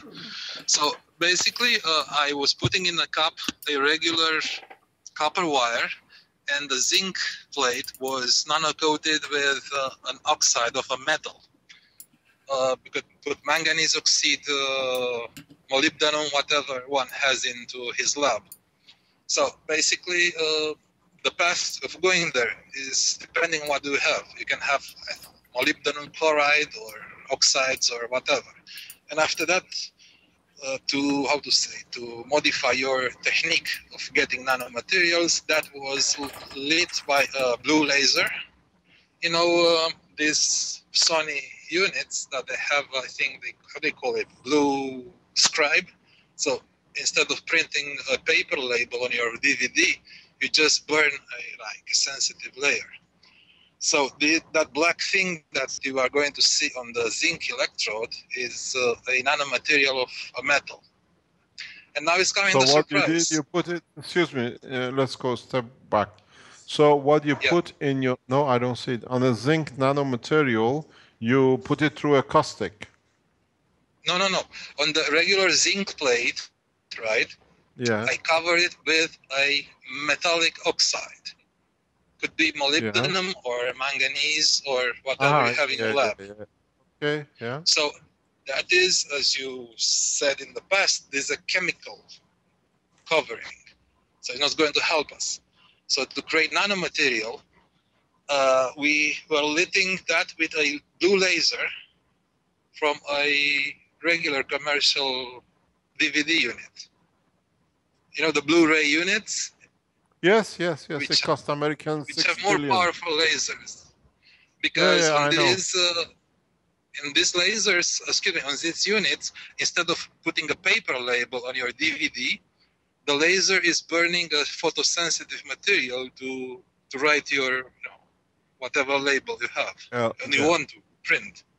So that is creating the nano material on the zinc electrode. In this case, could be molybdenum atoms or atomic nano, or manganese atomic nano, whatever metal do you have in your lab or you can get. Probably it could work with chromium, and other things. I did have this, what I did have. So probably the metal does not count too much if it is like a heavy element. So now it's coming the surprise. Let me see if Rick managed to load it. Okay. Rick Let me run the drum for you. Yeah? Yes, Rick is still not showing.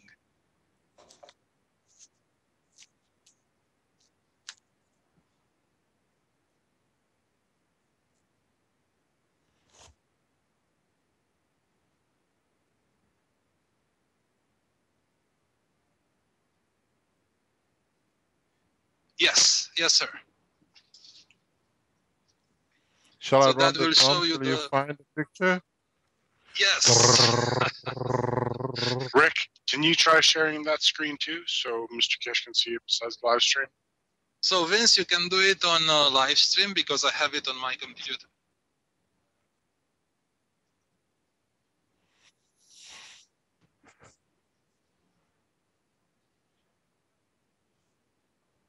So you can forward to Vince.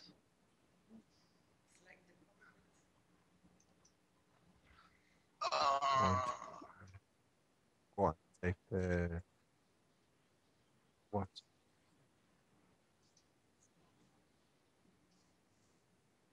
Which? No, the other one. Or, That's the one. Go and get that. That's what you're paying. if Lucian wants to try to share his No, screen, five. I'll try showing that. This is. I don't know. Can I do that? You try. I mean, doesn't crash Skype? No, should be okay. No, it doesn't matter for him. He can share it on GoTo, and I can share it on your guys' screen. Let me see. Go on, take that. You want this? But Rick, can you just create a folder and copy that there, and just share? You follow what I'm trying to say? Create a folder. What's it? Yep. Okay. Leave it on the table.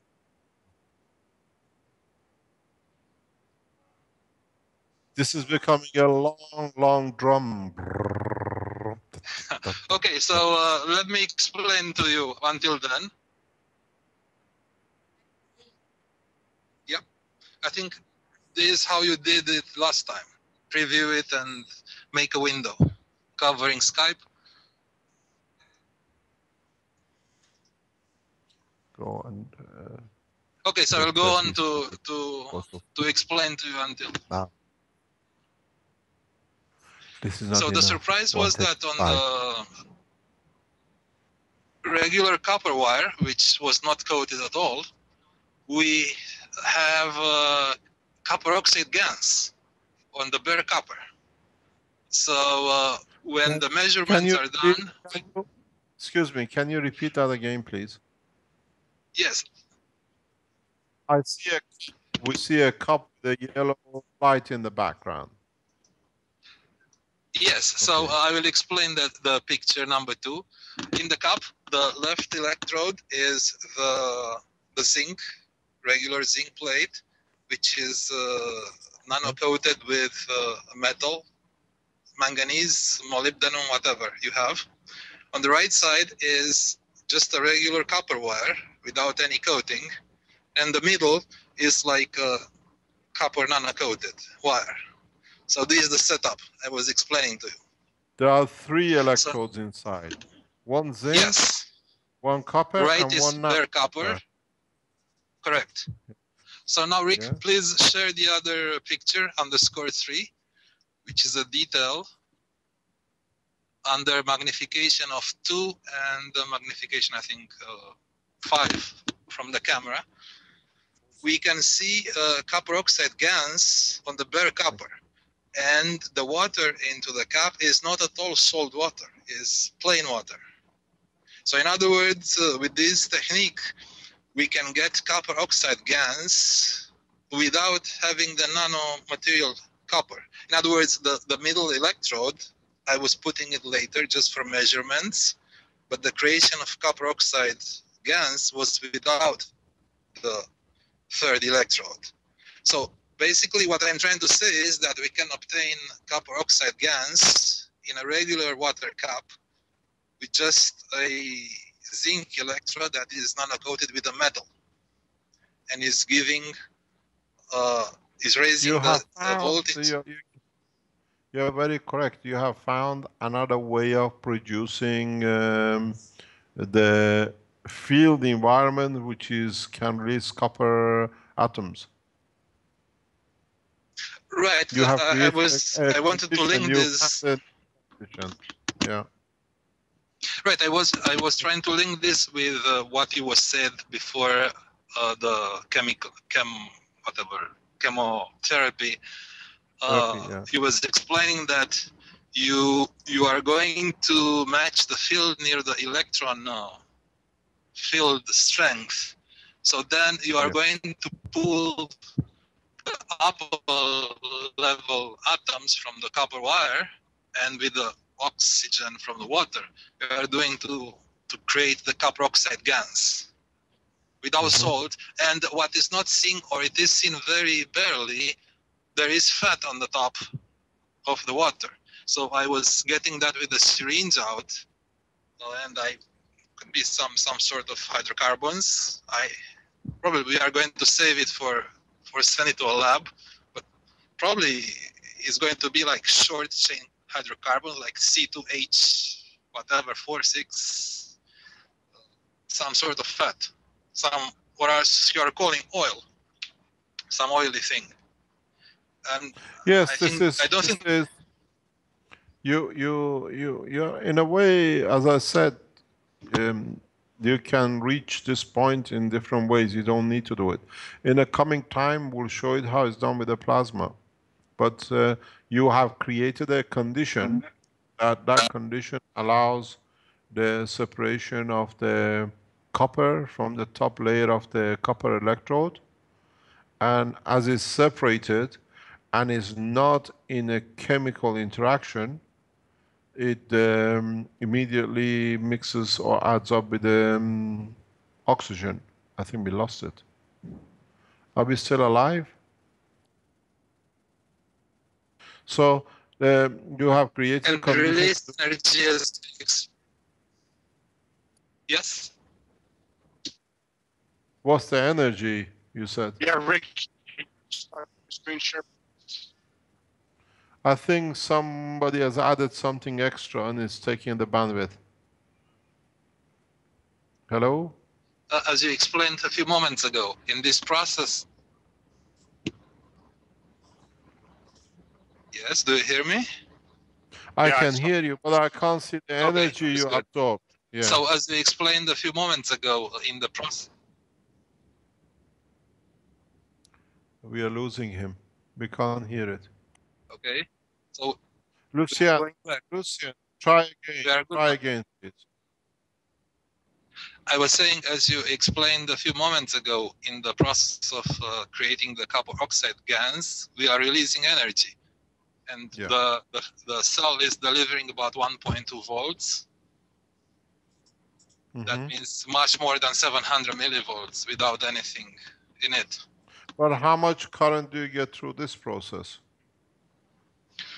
I can move an analog meter, and I will look into the box to see what resistor does have there. Probably next week or in 2 weeks, I will tell you. But probably more than 5 micrograms for sure. Because at 5 micrograms, as the regular cell is providing, the analog meter doesn't move. And this is moving now.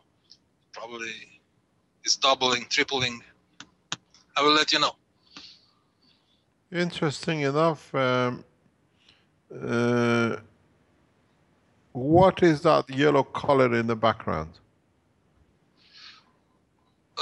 Nothing. Is some bad habit of Canon cameras, which is the image yellowish. I don't know why. Or maybe do wrong settings. Yeah, but now it's coming. Lucian, ask your bosses to buy you a better camera. We accept donations for Leica. I think White House can donate a lot. Huh? So now is coming the question.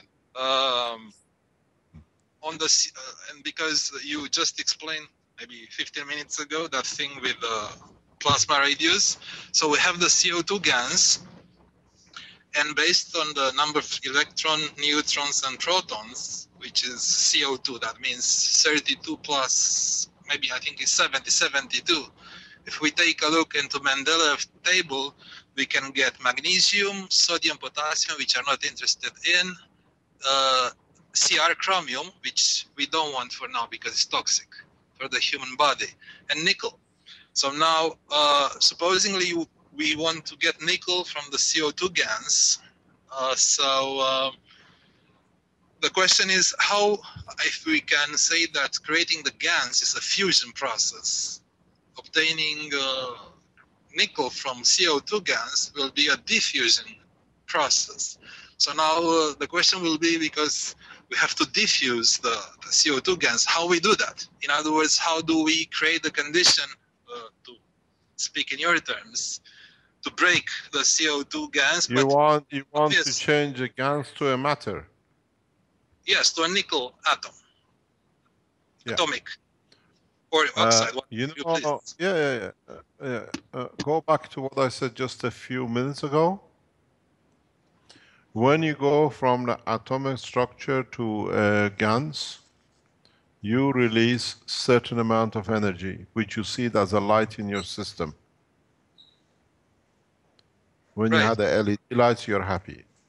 Now, add the same amount of gravitational magnetic field from another material into the CO2, you will get your nickel. You have to give enough energy that allows the field. Yeah, we'll explain to you just 1 second, Luciana. You have to put enough gravitational magnetic field energy into the CO2 that it allows the nickel structure to be formed and to become one. This happens on the upper layer of the atmosphere of the Earth. Right, but coming back to ourselves, let me explain to you how you do it. We have two ways of putting energy, by electrodes or by magnets, electromagnets or other No, that's a field. That's a field. That's a field. Okay. You have to add both gravitational and magnetical.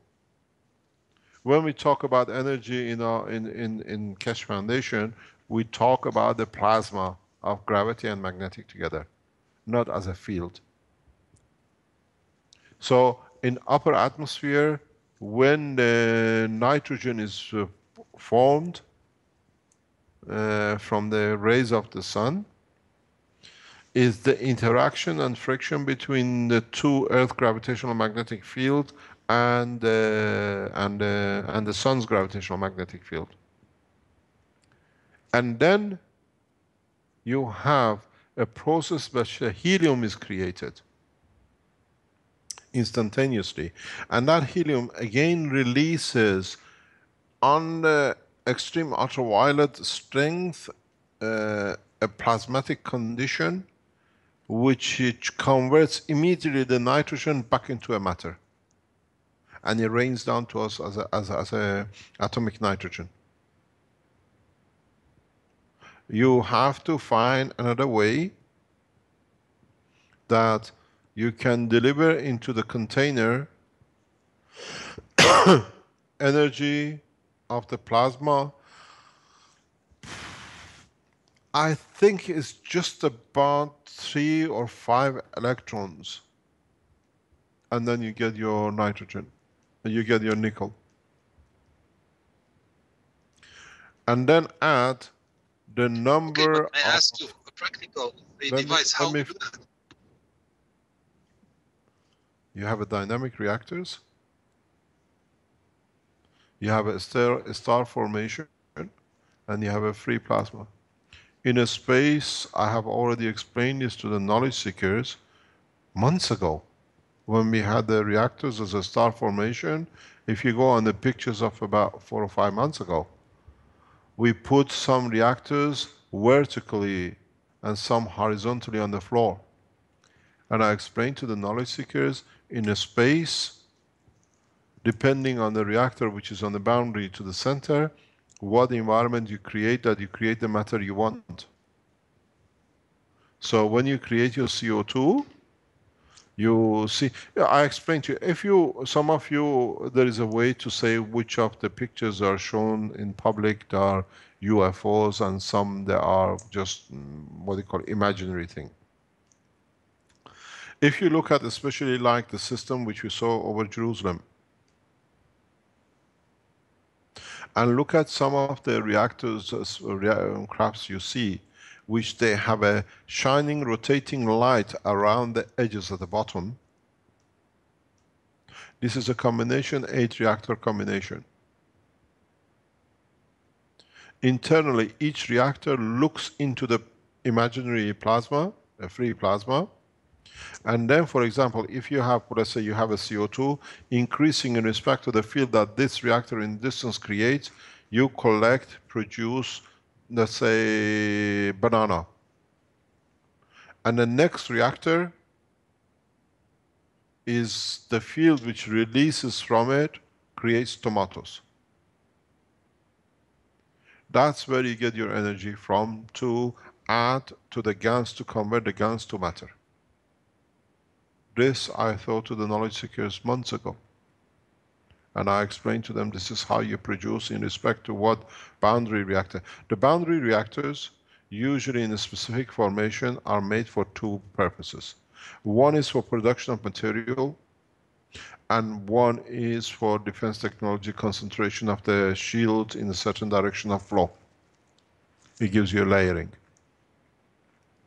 So the simple thing is, you took away from conversion the interaction between the fields of the electron and a proton, and you become GANs.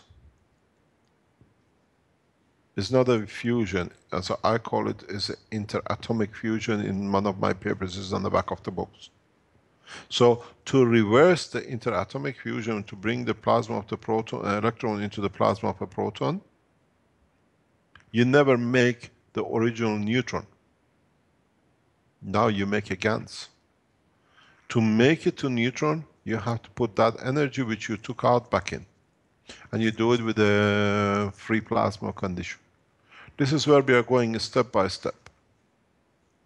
So if you put a, let's say, microwave into the CO2, if you're lucky and something happens, you might find you get nickel. But if you deliver the exact right amount to the CO2, you get nickel every time. So you are trying to suggest that we shall design like a 3D position mechanisms, and in the star formation tetrahedral or tetrahedron, we should move this cup with CO2 gas at a specific coordinates, in spherical coordinates, because we are a sphere. Now you become God. And we'll give this energy to the cup with the CO2 gas, and we'll transform that in nickel and release some energies to the free plasma, if I'm getting it right. Yes. You extract some energy from the free plasma to deliver it to CO2 to produce the nickel. Got you. I'm asking you because we are speaking with our friend JF to create some special systems for the people who like to test, and I wanted to make sure that we understood correctly. Luciana. No, it's in our group, so he's on the call. Yeah, he's on the call. He's on the call. Yeah, you probably will hear from us quickly. No problem. There is something I've seen. There is I just saw something running, and I've heard this before. How can we show the things we are developing, and the sky doesn't become an exclusive club for a few people? If you are doing something, send it to Rick, and then if it is something we want, it's something we can add to the knowledge, it'll be brought in.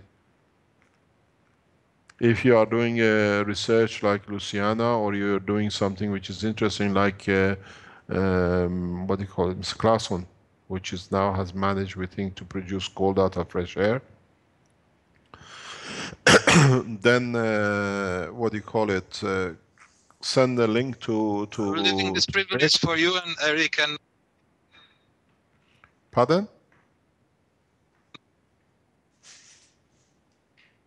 I was leaving you the privilege to do gold to you, Eric and John. Okay, we are back. Yeah, I can hear you, but I don't know what you're saying. I was saying we will leave you the privilege to make the gold to you, Eric and John, because you were the first. No, I have no interest in gold. It's just the people who are fascinated by the color. It's the illusion of the color that people sell their soul to.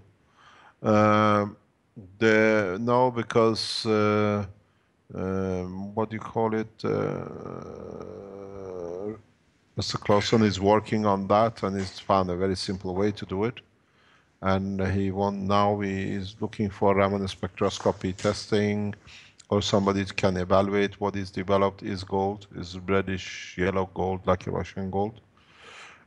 So if we're going to ask our, most probably our Chinese friend, if they can do the Raman spectroscopy, we send the material to them. Or anybody who has a Raman spectroscopy facilities in Europe, get in touch with me or Rick or Mr. Clausen to confirm if it is what he's been working on to do. No, but what I was trying to say is that if you develop him, because a lot of people are producing a lot of other things, a lot of different aspects of the technology, and they should be heard too. So if you can send your connections to Rick, and then Rick will decide or to see what we're going to show and when it's relative to the discussion to be brought in. This is not an exclusive club. It's just that the way we come together slowly. We have our meeting every week, so we are showing to each other what we are doing. So yeah. It's going to no, happen but there are other fast. people who are.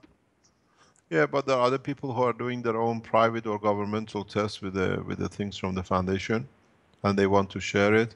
So we have to put a note somewhere if you want to share a video or a test. Like the other gentleman from America, we had a few days showing us his laboratory. We are here to share and understand the knowledge.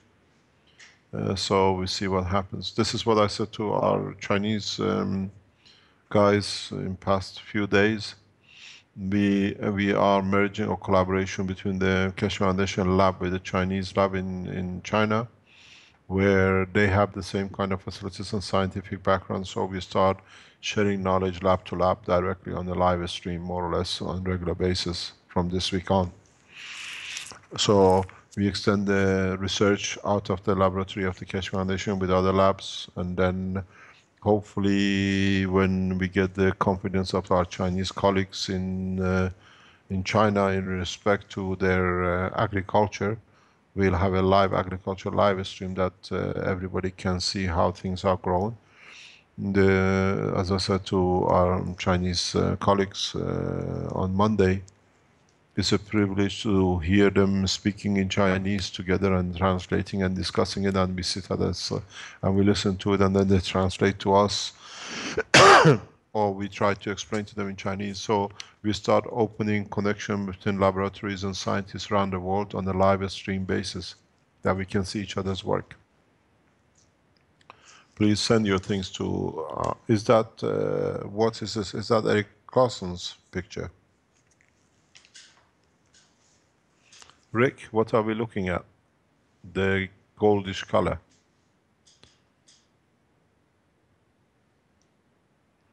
He's busy moving.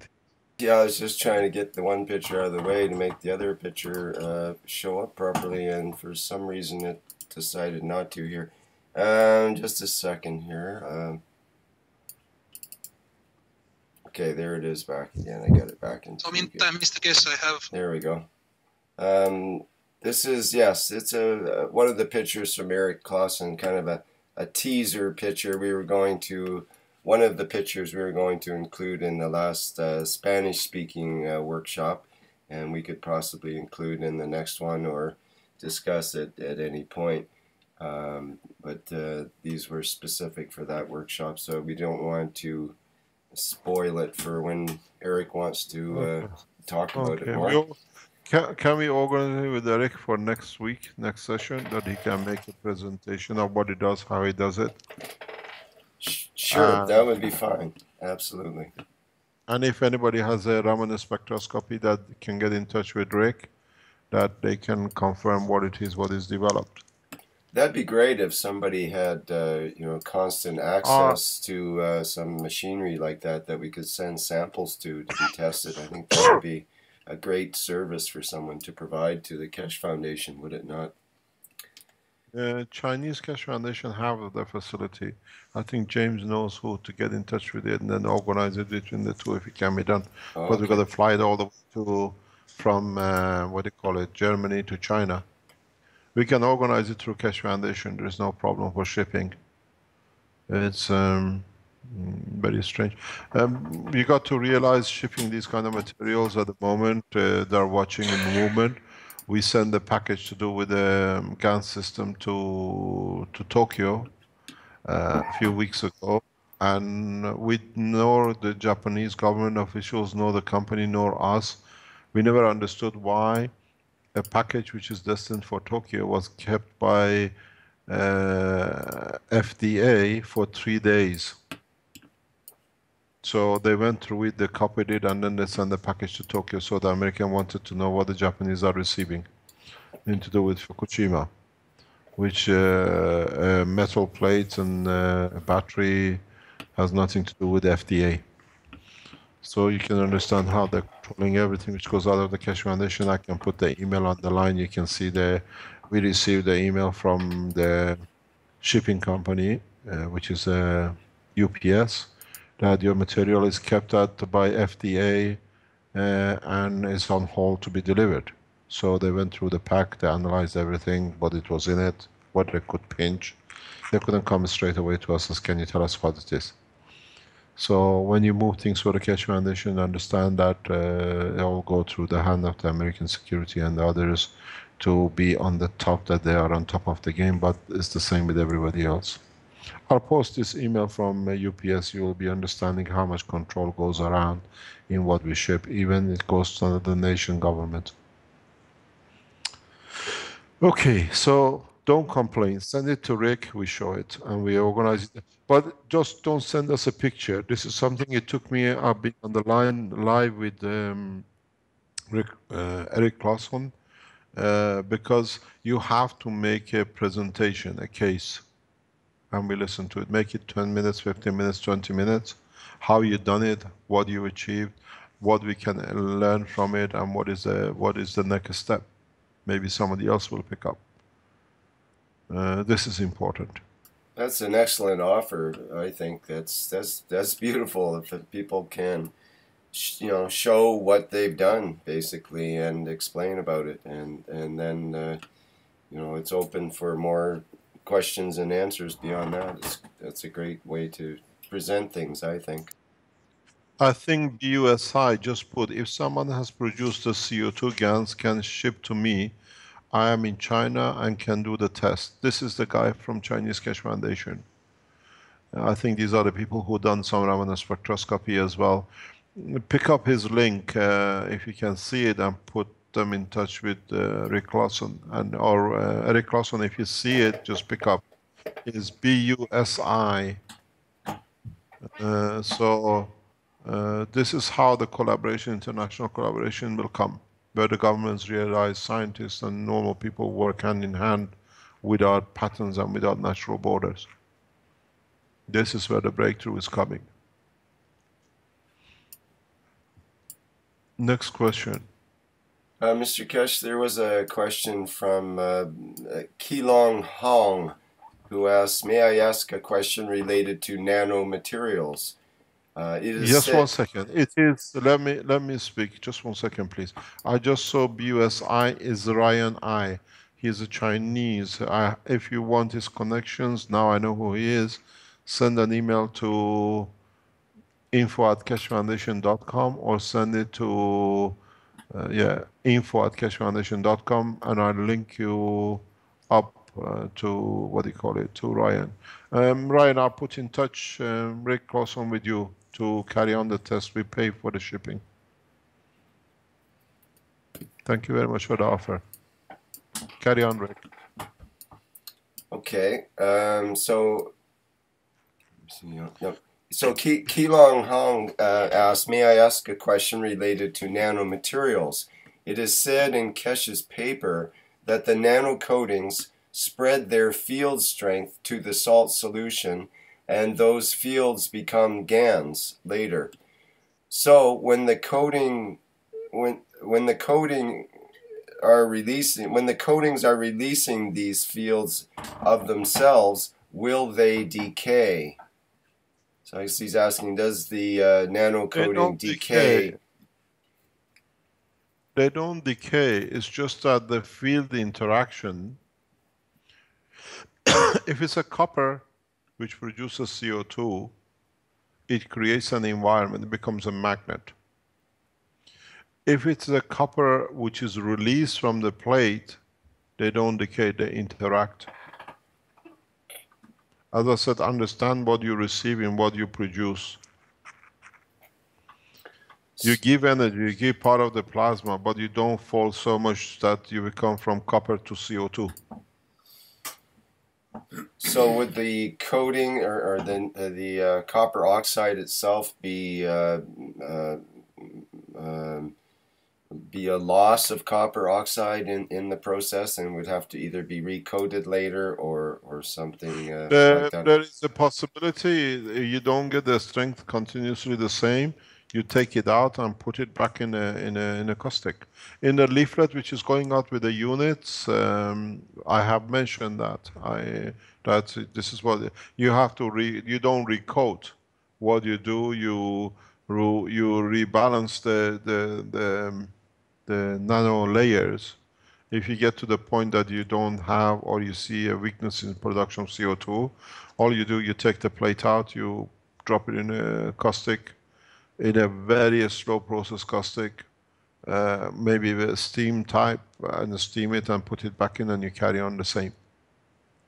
There is something which you will understand, is that if you do the recoating too fast, then the top layers of your nanomaterial is loose. So you lose it into the caustic, and then when if you ever looked at your caustic when you finish making the nano layers, you see a mist like copper oxide, or you see a mist like CO2, and you think this is a residual from the caustic.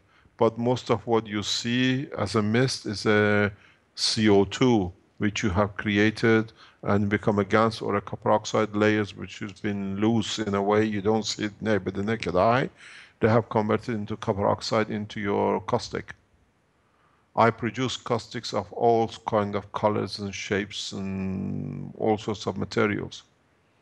I have extended the knowledge over years and years of doing it in how to produce materials which I want.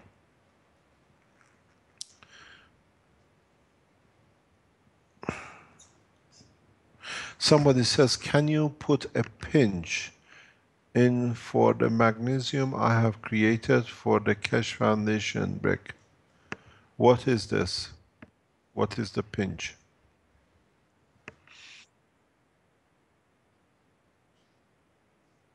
It's from Robert Lelum, or am I correct? Lelum? Robert Lelum?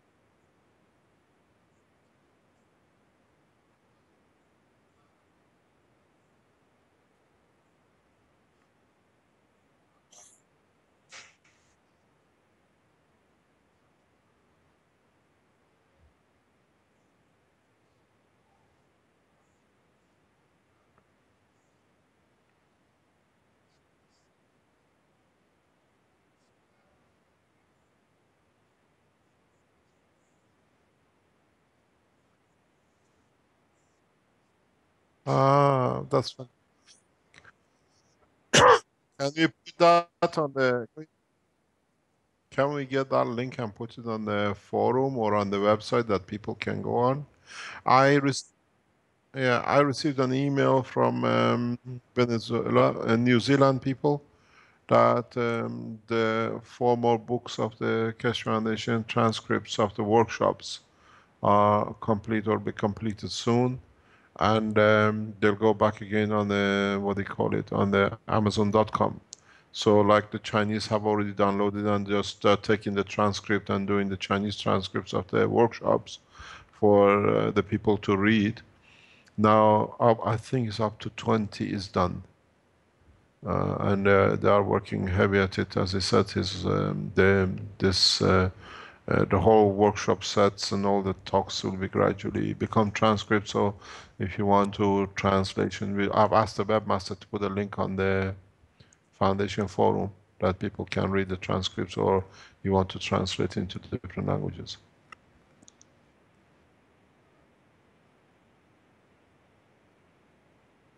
I think, can I say something? I think it goes back to Vince. If we can put these the way you put other banners on the front of the forum, like the link to this or the link to the transcripts, then we don't need Yep. to go to the webmaster because you have access to it directly there. Yep, I can do that. Yeah, thanks See what I very can much. Any other question? There was a couple of questions. Just one second, please, Rick. Sure. Got a couple of emails about the shipping of the CO2 kits. Can we just get an update from that, please?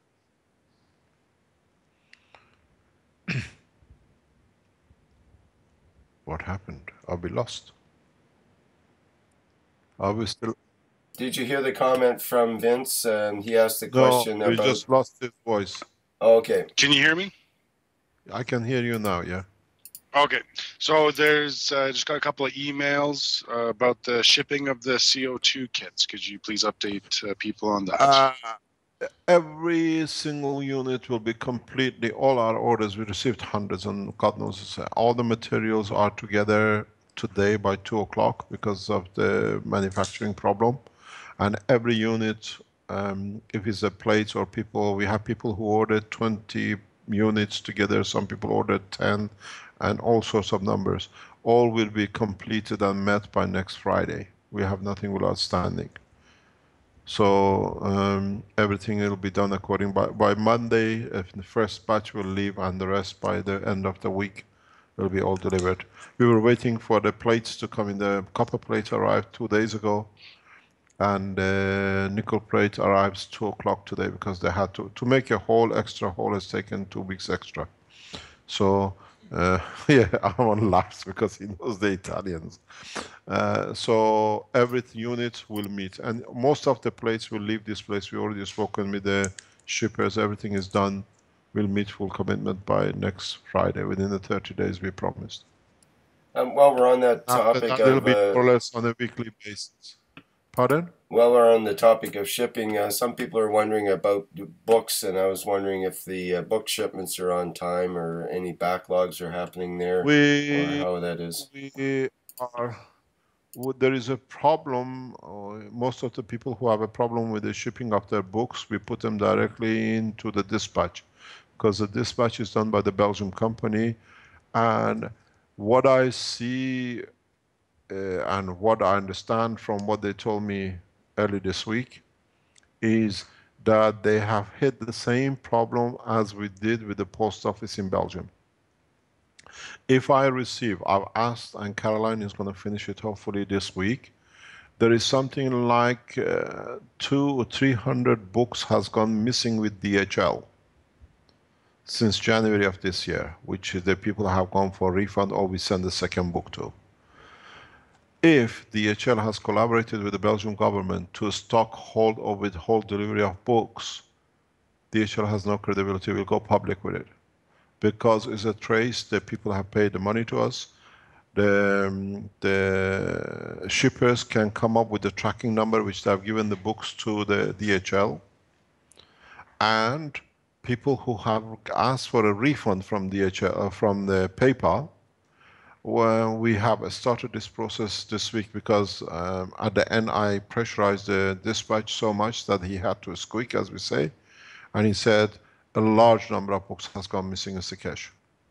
And now Caroline is going through everything in the past 6-12 months, which has been refunded by PayPal. These will go to the dispatch. Dispatch has to give what do you call it, tracking number, and then we'll come to two things. People have received the book and they claim the money back, or as we know up to now, DHL has been holding a lot of books not delivered. We had this same problem with the Belgian post office 4 years ago, 3 years ago. We had 400 books sitting in the central post office of Belgium, not going anywhere. We tried to, pardon? Brew Park. We even know where it's sitting, which post office it's sitting in. Mr. Hans Brackeny, with the order of the king, is ordered, try to don't send any books out with the Belgian post. That will create this credibility for the foundation, that they are thieves. And then we found out a different way we send the books out. Now they've gone to the dispatch. And if DHL is collaborating to block delivery of the books which they've been paid for, then I think DHL has a lot to answer and there's no credibility. So they work according to what they are told. This week, we reckon PayPal has refunded nearly €4,500 on books. That is something like 1,000 books, roughly 100 books in past 3 months. So if DHL is losing 100 books, why did they to do such a service? Or they are dumping the book Mr. somewhere Keshe, and they I want to intervene a little bit. UPS and DHL, when you do a shipment, you have a tracking number. There is a website in the US. If you give me the tracking number, I can tell these books you are claiming that are missing. I can find out in minutes where is it. Yes, we know that. We know. It's just that we left it because we saw there are refunds coming in. Then we send, if anybody has asked us, I haven't received the book, they see we give a link to a company in Belgium, which is a dispatch. It's nothing to do. These are printers and publishers of books, which have taken over the dispatch of our books. So we pay for the storage, we pay for the packaging, we pay for shipping to them. They hold at any time up to 6,000 books in the storage. So this means that it's not that the books are not there. What they tell us, and then they send us bill on a regular basis. We have shipped so many books. This is the charges for the shipping by DHL. Now the books are not delivered. Now we found out the scale of the blockage. They have told us every person who has claimed for a book not delivered, they have to give us a tracking number. When we have the tracking number, then Caroline will go through every single one on the screen you talk about because we know about it. We see if they delivered it or not. If they have delivered and they've received the refund, then we report this to PayPal for a fraud and they have the accounts has to be closed. So these people are going around buying things and claiming not received and then, defrauding. If what it looks up to now, because there are other pieces of information which I cannot give you now, according to our dispatch, DHL is holding the packages. The blockage, the books are sitting in depots of DHL because they cannot show proof of a delivery. So then it becomes a offense on behalf of DHL. But we don't talk. Let us do our work. We realize the extent of this problem. We've been so busy with so many things. On Monday, I spoke with our dispatch people in Belgium. He said, Mehran, there is a huge problem. We didn't want to tell you. I said, but I see refunds going back. What's the problem? And you get so many books not delivered. You don't even respond to the books not delivered. So now, when you leave things to Caroline, it gets done. So Caroline is taking over this. We're going to find out because it's all together since last January is nearly 10,000-15,000 euro books. We come to different arrangement with UPS regarding the dispatch of the, the kits and the plates from here. We become aware of a lot of things what's happening. We had this problem. We have 4 boxes of books not delivered by Belgian Post, and then when they start inquiring, they told us where the books are in the post office in Belgium. And they've been ordered by the government not to ship anything for Keshe Foundation. So now we send things to DHL. So for now, what should people do? So they just get in touch with the Keshe Foundation and... just get in touch with us, yeah. What we're going to do, what I'm going to do especially, is we're going to print a list of the people who have not received their books on the forum. We're going to give you a link of the number of people who have received refunds and they claim the money and their tracking number, because this has to go open. The foundation has paid for the shipment of the books. The foundation has paid for the books. The DHL has received payments for shipping. The print is what they call, the dispatch has received for storage and packaging. People have paid for the books and they reclaimed it back and they say they haven't received it. It takes us 2 or 3 weeks. Caroline, within the next 2 weeks, we sort it out. And then we put these on the internet, the list of the name of people, how many people have claimed money back, the tracking number, and then it becomes, it's a clear fraud from one end or the other, or the pressure by the government. But our dispatch clearly, from what they told me, is that DHL is sitting on the books. And it's done by the order of the instruction of the government.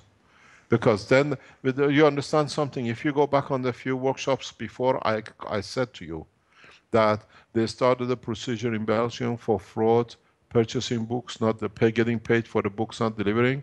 This is part of the same process. They set it up, forced the DHL not to deliver, then they say we are on a fraudulent basis, we're taking money, and then when I announced it, the whole thing went down. Mr. Delanois, he went back in the shit pot, he had to go. They even interrogated our webmaster that you are involved in the circle of taking money for books. So we knew what's happening. I immediately announced it. Go on the workshops. I announced it before. Now we dug into it. DHL is working with the collaboration of instruction of Belgian government to hold books back, so to start discrediting the foundation. When we have the tracking number, because we paid for it, last 3 weeks ago, I received bill for 12,000 euro from the dispatch. We publish the bills, you can see the bills. If we have paid this kind of amount of money for shipping of the books and people don't receive it, means somebody is lying, somebody's been. But if the shippers can show us the tracking number, then it's DHL who's stealing. Or the people who are claiming that they haven't received the books, but they get the books. And I told you, this is the ethos of the Keshe Foundation. I could go and ask for every single one in past few months. I said, you know something? If people receive the books by stealing, it's to them. They will read the book, but they won't get the knowledge. This is the way I always worked. I don't go to lawyers and get a lawyer and go to this and that, waste time and money. The man receives the book, it's come the stolen, he won't get the essence of the knowledge. He reads a romance. This is what I said even today at the beginning. You send me a death wish, I don't feel you harm. I don't even do anything to harm you. But as I don't need it, it goes back to you and your family. It's the same with the books. Now you see I live by my ethos. It's not just a talk.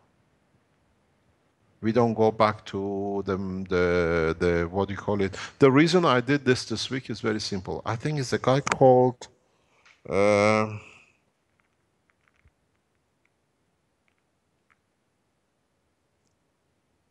he's a guy from, I think is not from the Mexico. He sent me an email, I'm going to go and sue you for fraud. Yeah? And I thought, why am I getting sued for fraud for not delivering books? I called the dispatch. And then I start understanding. He knows if he's on the line or he comes on the workshops, put your email you sent to us that you're going to sue us for fraud for not receiving the books. And then you see the whole history. We send all the emails, goes back automatically to the dispatch, and the dispatch doesn't even answer. So the guy in the dispatch is, in a way of saying in English, shitting in his pants. He's sending books, but he's getting no claim, so he won't respond to it as well. We are not taking any legal action because it is the way we work. So we become as to be the fraudster. So now we're going to bring this to an end. This is going to be from now on, every book comes with a tracking number. Within 30 days has to show the delivery. And Caroline says we published all the books which is sitting in Belgium because we have a full list of it, name of people. And we send the books for the second time and we paid for it for not to lose the weight. We have a huge problem with the Belgians and Belgian government. You do not even understand. Mr. Hans Brackenier has made a case of a fraud. He has convinced everybody else that even we cannot travel. At the same time, you have to understand, Mr. Delanois is a pedophile. All the murders of the children, when the king finished playing with the children, is done by Mr. Delanois. in the police force. They pay criminals to carry it out. It's happened to us. We know what happens. We got turned over by the road and the guns was thrown out of the car by 2 criminals. And when the police captured them in the center of Antwerp, they said they have a criminal record. And then they disappeared. It's well-organized crime within Hans Breckennier, the present King of Belgium, because I can prove clearly how King Philip is connected to Hans Breckennier. Look at the trips the King has made to China. Look at the King Philip has made around. Mr. Hans Breckennier is always on board. I told you I dismantled you step by step. Now this is one of them. You see how well they work on. And I tell you another tip. If somebody has a diary of, diary of the present King Philip when he was a prince, in 2004, 2005, when we handed the technology and we discussed the technology, we are disconnected. We are disconnected. Can you hear me? No, I can hear you. Yes.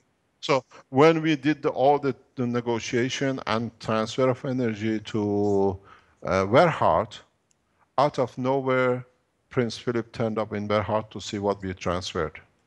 Look at his diary when he came in, and immediately the technology company was sold to the British Ministry of Defense. We know too much how the structure works.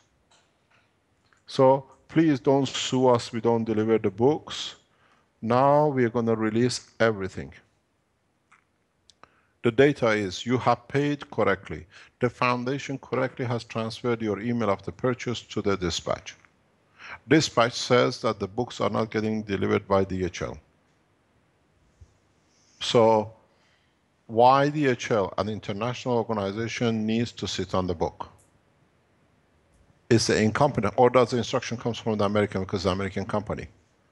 When you discredit the company and then you started, the most beautiful thing is they start a case suing us for fraud, for what they stopped themselves for the books not to be delivered. And the most interesting thing is how everybody has fallen in the trap one man has said to clear everything. I've become a criminal, a terrorist, everything else because Mr. Hans Breckennier could not get the technology free that you all could have it.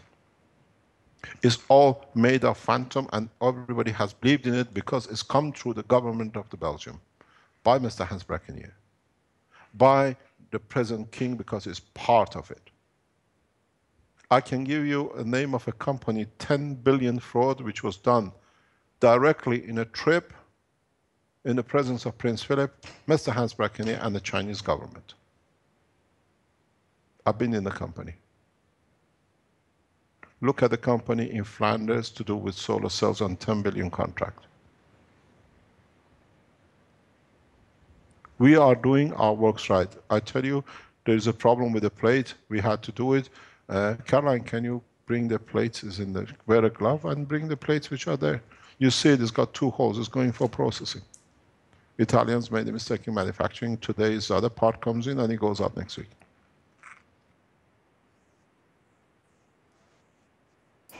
Yeah, can you, Caroline, how do we go on the video? Caroline doesn't want to touch on it with the poisoning she has in her blood. Yeah, I turn it on. Just 1 second. I'll go and get it myself because I'm wearing a glove. You speak between each other because it has to be correct. 1 second. Marco, you take it.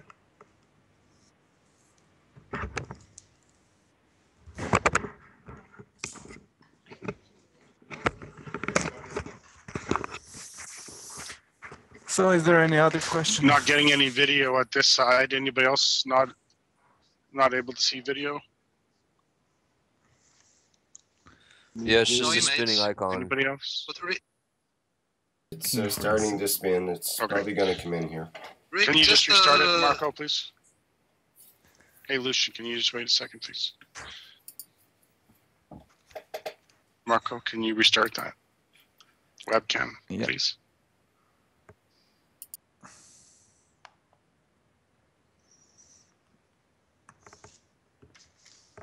Is it coming through? Thank you. Yeah, it's coming through. Yes. Okay. And before you say anything, Lucian, there is another question in the GoTo meeting from Ivan and I'm not sure if we should just wait for Mr. Kesh or if you want to try to answer it, Marco. You have experience with GANs, and it's a Sorry, question about GANs. Can you repeat? I didn't get the question. Okay, can I ask? Yeah. No, go ahead, Ivan. Do you hear me? Okay, so we set up a system producing GANs, and when the system starts to produce the GANs, we use a magnifying glass to point the sunlight in, and the GANs inside turn black. Do you know why is that? The guns turn black where? In the container where the GANs was produced. So the container was producing the GANs, and when we point the light from a magnifying glass, the GANs inside turn black. Was it all the GANs or just the GANs where the light was attached? I see on the picture that the guy sent me from England that is all the GANs inside is black. And We the never same thing. had such a case. The same thing happened in Germany when we did the experiment with the torch. I asked a friend to point light from a magnifying glass to one of the side, and then we have the GANs in copper layer, so the GANs inside turn black also. And that's from new for me. direct interference with sunlight due to Yeah, a but magnifying the glass? sunlight going from the magnifying glass. Okay, can I ask you, can I come into this? Can you explain? So we make a system, and the system start to produce GANs. So we What took a system? magnifying glass. Slowly, go through your system. What is... Oh, we ran out of battery. Okay, so it was not my system, but as I see how my friend constructed, it's a copper system with a copper nano layering and ordinary copper in a single container. And after the system started to produce GANs, we took a magnifying glass and we just point the sunlight inside from the glass. And on the picture I have here, I see that the GANs turn black. Yes, you're correct. Now let's understand. Don't get excited. Understand what blackness means. The blackness means you have managed to create a complete GANs. But check one thing. If it's the black spherical or is it like a matter? If it is like a matter, it means your salt in your container is not strong enough or has the right salinity for the GANs which is released, or the nanomaterial which released from the copper plate to be converted into GANs. So what you see, the black, is still in the nano state. Is a matter state of the atomic structure. Well, I was talking about this, I think, to the knowledge seekers or to somebody past couple of days. That you see if the copper, I think it was in the Chinese studies. I think I was explaining this. You can see it in one of the talks. This means what has happened, you still have a GANs which is absorbing all the fields. You don't have a GANs that is interacting. And most probably this happens not if you most probably had a very rapid interaction production of the copper oxide when you started the process. So some of this GANs material is flaked off and it stays. Maybe 3 or 4 or 10 of them are still stuck together. They show themselves as one, but it's atomic, you don't see it. And so they still have the property of the nanomaterial. So you have a mixture of the GANs and nanomaterial of the same thing in your liquid. This is normal. So in some You way, understand? do that process increase the One weight of the of things is, plasma? no, it's just you have to understand, because even though you buy copper, it's not all copper of the same consistency. And this comes through that kind of construction. So when you see black material in your GANs, unless you went to create a black material, because sometimes when you have iron, you get a black, what do you call it, GANs. So it means most probably in your copper sheet was not totally copper, there is mixture of iron. Like the way you see copper oxide in blue or different kind of shade of blue and green with CH4. The CH4 and copper oxide are very near in color to each other.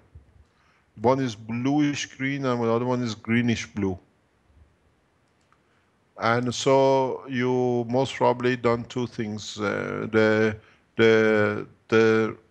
Let's say this, let me explain to you, maybe you understand it. If you put 10 atoms of nanomaterial next to each other, you have released the number 1 and number 10, and you have, through some process, you have released all the numbers 2, 3, 4, 5, and 6 on the layer below. So now you have a floating, what do you call it, nano material in your mixture. This happens a lot. So it can be explained. You have a black material, you have an iron in it, which is near black, but the black iron is not black, it's grayish black. Or most probably you have started a very fast process, and these are parts of the nanomaterial which haven't converted yet. Take them out. If you can separate them, CO2 floats very, very slow, the GANs of CO2. It's like a balloon. The black should be heavier and still in the matter should go to the bottom faster. If you can separate them, change the salinity, and you see if you get a release. Or put it near the electrode and see if you can get a field. This you have created a pure nanomaterial. Mm-hmm. We can explain this because this is something I've seen for some time. I am on my camera, but it doesn't show. Can you can you see our camera here, Rick? No, can we restart the video again, please? Okay. Okay, I started. Okay. Now this is what I told you. This is the packing which has come from the factory for the copper plates. As we said, it's just arrived 2 days ago. The nickel will come today. I open it that you can see it. It says 50 pieces on it. These were originally manufactured with one hole, and now they had to be manufactured. We don't see it. We lost it. Hello. Are we with you? Can you hear us? It's static again. Paused. Okay, we restart it again. There it is. You can see it. Can you see it now? Oh, yeah. Hang on a second here, and Yes. yes, we do see something there. So, plate. yeah. So this is the packing which came. These plates had one hole, and when they put it into the production, they tested. It was dripped. It was falling like on its edge. So now they had to take it. It took another extra week to make two holes, which is one, if you see, on one end and the other one on the other end. So now it's here. The nickel, what do you call it? The nickel plates are supposed to be here by this afternoon, 2 o'clock. Then it'll be done and it'll be out by Monday. We start delivering everything out. So when we tell you things, we can show it. And you can see it's a 50 in a pack, and there are a number of packs being delivered. There's been a huge response to this, and the Chinese manufacturers are going into production as well, hopefully in this week. for mass production in the Far East, till the different nationals start doing it themselves. So this is what I said, we work very ethical, we keep everything very correct. It's like something happened, we never mentioned it, is that people who work within the foundation a few years ago, they thought they were very clever, they went for a coup d'etat to take over the Keshe Foundation. And one of the things they thought they'll do to make it very attractive was that we give every money back we done on the health. So they were in charge of the webmastering and they were in charge of the web.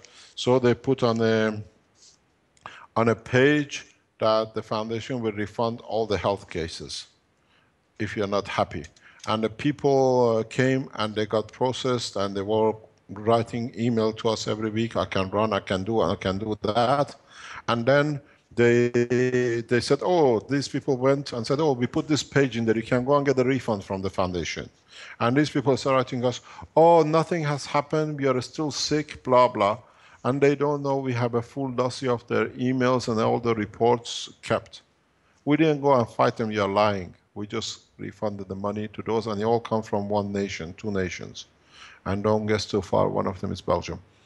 And so we did the refunding. It puts a lot of pressure on the foundation. We have one case outstanding now, the guy who's done it a different way. And so now the case is not there. That's why we send you now the declaration that you don't pay, you donate the money, and donation is not refundable. So people find different way to cheat, and those people are still back sick again, huh? In a different way. And they come back to us, you know, we were with you, something happened. I said, you asked for a refund, it doesn't work. Why do you come back if it doesn't want to work? Huh? So you have to understand. We don't take cases, we're not going to go to courts and say, and then these people use the guys in Germany through the Third Reich to start launching and finding, they hacked our emails, they went to people, and then at the end of it, somehow Mr. Hans Brackenier came up with a better idea. Mr. Delaunay disappeared after the Chinese bombarded the Central Police and what do you call it, Interpol, with what is happening in Belgium, this kind of frauds, which they create a fraud and then they sue you for a fraud they created themselves. This is the behavior of the work of the Mr. Hans Brackenier. There are a number of scientists who've been killed by Mr. Hans Brackenier. We released their names in time. Is not defrauding scientists, but he actually is involved heavily in murdering scientists. Heavily. Whoever doesn't give it to them, because Mr. Hans Brackenier sits as the lawyer of IWT. IWT is the Center for the Research for Belgium. If you discover something new you want to develop, they send you to IWT and then Mr. Hans Brackenier has to sign for you and do the legal papers. You want your invention to be funded, I take 30%, 25% of the shares of the company, otherwise not. And if you say no, he gives you a piece of paper, you're going to be murdered. Just go, please, on KVK of Belgium, the registration of the companies. You find out Mr. Hans Brackenier sits on hundreds of new inventions. How can one man be sitting on the directorship of hundreds of new invention companies? Fraud, deception, murder. And what do you call it, forced transfer. Because this happened to us, we didn't lead, so he gave me a piece of paper that's going to kill us, and we said to him to get lost, and then he said, well, he's going to show us what he can do. And the funny thing is, just Caroline, because Caroline was present in the meeting we had with Mr. Hans Brackenier when he threatened to kill me, he says, as a lawyer, he represents himself as a scientific lawyer. So he knows everything about the law. And funny enough, I'll give you one tip if you are Belgium. Go in the criminal records. Mr. Hans Brackenier, as a student, has a criminal record defrauding. And even his student fellow don't understand how he's come to this position. Because Mr. Hans Brackenier is a pedophile. Very simple. So he's protected by his bosses. Hans Brackenier, go to KVK, company registration, put his name. You will see hundreds and hundreds of companies he's the director of. All new invention. IWT is the center where every scientist, every inventor goes for looking for funding for developing their technology. You don't give it to them, and then Mr. Hans Brackenier sits with the King of Belgium in the house of the King. This is how the new monarchies are financed, not by robbing and putting soldiers to empty the houses. They take by new technologies. I was in Sicily. Sicily Cash Foundation wanted to open a company, and I came across the Sicilians about 2 years ago. And one of the Sicilians said to me, Mafia has become very well organized. We don't go and kill anymore. Now we do new technology and computer programs. All our children have become doctors and scientists. So we do it the professional way. So does Mr. Hans Brackenier. Now, we showed you, we tell you what it is. These are the coppers. They had one hole. Now they have 2 holes, because then you would have come back to us. The place don't work because the tip would have ditched into the CO2 and it created a short circuit. Now you understand how it works and how it is. And these all be done. Do those still have to be coated, Mr. Keshe? Yeah, it takes 2 days to coat it. It doesn't take that long. They go into the caustic path. We have kilos of caustics here. It goes to the Italians. If they don't do it, we have facilities here in the center to do it and dispatch out. It's just the crown plates with the second hole hasn't arrived yet. I was told by 2 o'clock today it'll be here. Then we dispatch. We meet our commitment. Any other question? Please, if you have bought a book from the foundation and you have not received it and you refund it from the PayPal, send an email to the info@cashfoundation.com. And if you paid for a book and you received a refund and then you received your book, send me an email as well too. Then we leave it to your own honesty to pay the foundation as a donation. But if we got involved in this, we give your name to PayPal that you received the book, we can give the tracking number, and the PayPal can show they have refunded, I think you'll find out the launch of the fraud by the PayPal against you, because PayPal is receiving money and refunding money by deception. And they are not going to stand for this. So those who bought the book and asked for a refund, and we have a tracking, and we can go to the PayPal and deliver the tracking number, then you'll find out all your accounts will be closed, and then they'll sue you for fraud. Any other question? Was there any other questions in GoToMeeting?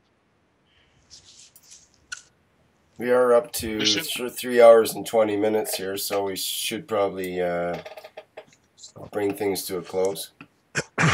Yeah, thank you very much for today. Please listen to the first half of this presentation today about the security. Protect yourself, because every one of you, they think they can reach through the new televisions. The smart, if you have, I told my wife, if you could get hold of the old televisions with tubes, that'll be the best, because they cannot come in and give you the frequency that it can make you sick. Even your laptops are tuned for these frequencies. Now we have a technology. Let me complete it within the next week or 2. The Keshe Foundation will put this technology freely in the hand of the worldwide. You can produce these systems yourself. It's part of the technology already done. It's not far from it, but it has to be done the right way. You can put these units near the television, even in your pocket, in your car, that if they produce anything, even the chemtrails, does not affect you. Yeah? Okay, we call it a day. Thank you very much. Okay. And we'll see what we can do. Thank you. We'll see tomorrow at 2 o'clock for the health section. Thank you, Mr. Keshe. Yes, I understand the health will be on the focusing on the thymus and lymph as the topics for the health workshop, which is on the same live stream Spaceship Institute channel. Yeah, it'll be there because, as you know, Dr. Elia, as of today, later on today, will join us as a full-time in the Institute. So she'll be with us tomorrow here live. Thank you very much. Thank you very much indeed. Thank you. Bye-bye. Thank you, Mr. Keshe. See you tomorrow. And thanks to everybody on live stream and on the Skype call and on the GoToMeeting and anywhere else in the universe you happen to be that you might have participated. And that's the end of the 35th Knowledge Seekers Workshop.